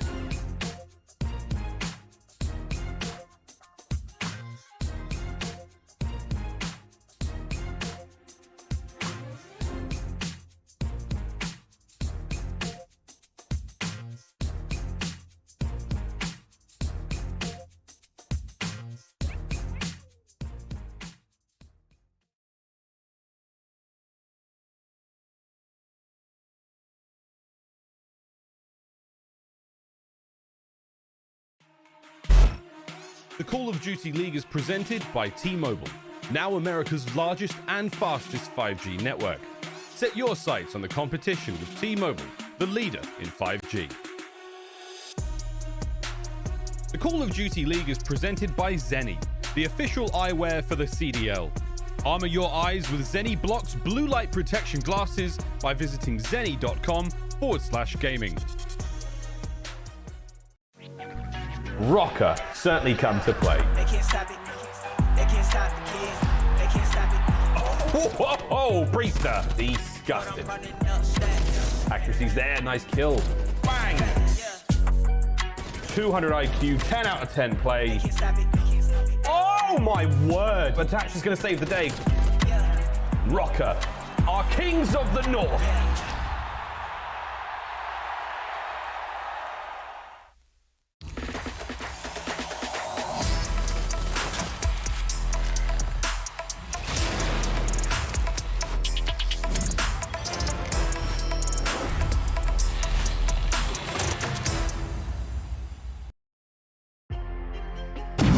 Welcome, ladies and gentlemen, to your Game Fuel Victory Spotlight. I'm Lano, and joining me is Priestahh. of the Minnesota Røkkr. Well, buddy, you guys get a solid win today here versus what is a struggling Paris Legion team, but I know that you guys were coming off the loss versus Florida. A lot of talk on this team, just talk about how you guys could kind of come into this matchup, again, versus Paris. But I want to ask you, kind of coming in from that loss versus Florida, what did you guys really want to work on coming into today? Yeah, I mean, coming off a loss definitely sucks, so we wanted to rebound and get this win was huge for us. I mean, just like clean up our S&D, and we've been really focused on respawns, but our S&D's kind of been off a little bit lately, so we were really focusing on just balancing everything, to be honest. Well, you guys made the plays in the search and destroy, no doubt. I know that accuracy kind of play in particular kind of stands out as one, but you guys get the 6-2 win here on Miami. But I know one kind of talk, at least amongst the kind of the CDL community, if you want to call it that, has kind of been the hard point, your ability kind of been hard point. You guys dropped the first, but you take a nice commanding closeout there on the Apocalypse. How great does it feel to not just walk away with the series, but specifically to at least close things out with a solid hard point win on Apocalypse? Yeah, I mean, they came out hot in Checkmate. We still got a lot to work on that map specifically, but we're gonna go back, watch it, and try to clean things up. And I mean, APOC was that was our first time playing that map, and we've been playing it really well in scrims. So to get that win in an actual match feels good. So we have another map we can add into our rotation now. So it feels good, and we're just gonna keep on improving on every map. Definitely, man. Well, the improvements at least showed from series to series, and it's going to kind of need to continue to be that way, considering your guys' next matchup is going to be against the Toronto Ultra. I know I had a quick little chat earlier with Kleenex. The team's feeling good, and obviously it is kind of a nice little rivalry. We talked about the Battle of the North. How do you guys feel about that series, and what's the preparation look like leading up into that game versus Toronto? Yeah, I think it's just for us to prepare. We're just going to focus on our own game, especially these S&D, just make sure we're making our own plays that we want to make and not worrying about what the other team's doing so much. And I'm just excited to get a rematch against them again, but they're a good team, so we got to come out hot. Absolutely, my man. Absolutely. Well, hey, congrats again to you and the team on the win, and best of luck heading into that match versus Toronto. Thank you. Absolutely. Well, folks, that is going to be a wrap-up for day number 2 here at the Paris home series. It was filled with a number of different amazing moments and highlights, but we also have to take a look at what is coming here for tomorrow. Our schedule presented here by the U.S. Army. We're starting things off, of course, as always, at 3 p.m. Eastern Time, London Royal Ravens taking on the Atlanta FaZe. Quickly after that, we'll have the Dallas Empire taking on the LA Guerrillas. And then to close out the day, it will be our Game Fuel marquee matchup, Seattle Surge taking on the New York Subliners. A lot to be excited about, a lot to be, I guess you could say, kind of thrilled when it comes down to the rest of the Paris home series. But folks, for the entire crew and for the entire talent lineup, I'm Landon Lando Sater signing off for the final time, wishing you a great and safe night. This has been an unbelievable week of Call of Duty. This was just absolutely insane. It just still has me mind blown, man. One of the craziest sequences I've ever seen in my life. It's Wednesday, and it's the start of the major. The LA Thieves have come to play. Oh boy! The Thieves absolutely decimate Paris. There goes Scump, and it will be the Ultra taking down OpTic Chicago. What are you talking about, baby?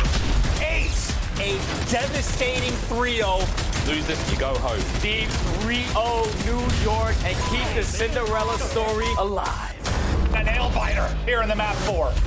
FaZe, yes! Oh, baby, aBeZy. It is FaZe with the victory. FaZe will move in to top 3. And for Ultra, you still have a chance to battle on. You're not out of it yet. Fans are going to get the quick contest. They killed everyone! They killed all the Thieves! Toronto Ultra 3-0 in the series. For the Thieves, the honeymoon period is over. Drop kick to the dome. Accuracy, though, they line up! They line up for accuracy, and he wins it! Are you kidding? Accuracy with the ice! Oh my god! The Giants, the Titans, Atlanta FaZe. Can anyone take down the final boss? It is do or die time. Kleenex, the best player in the world! Ultra, they continue on. Okay! God! Ultra behind the brakes! Get to a grand final! Atlanta FaZe, once they hit the go button, there is no stopping them. What happened? The greatest underdog going into the tournament. They take the best team in the league the whole way. They truly are Ultra as your Major 2 champions, Toronto Ultra.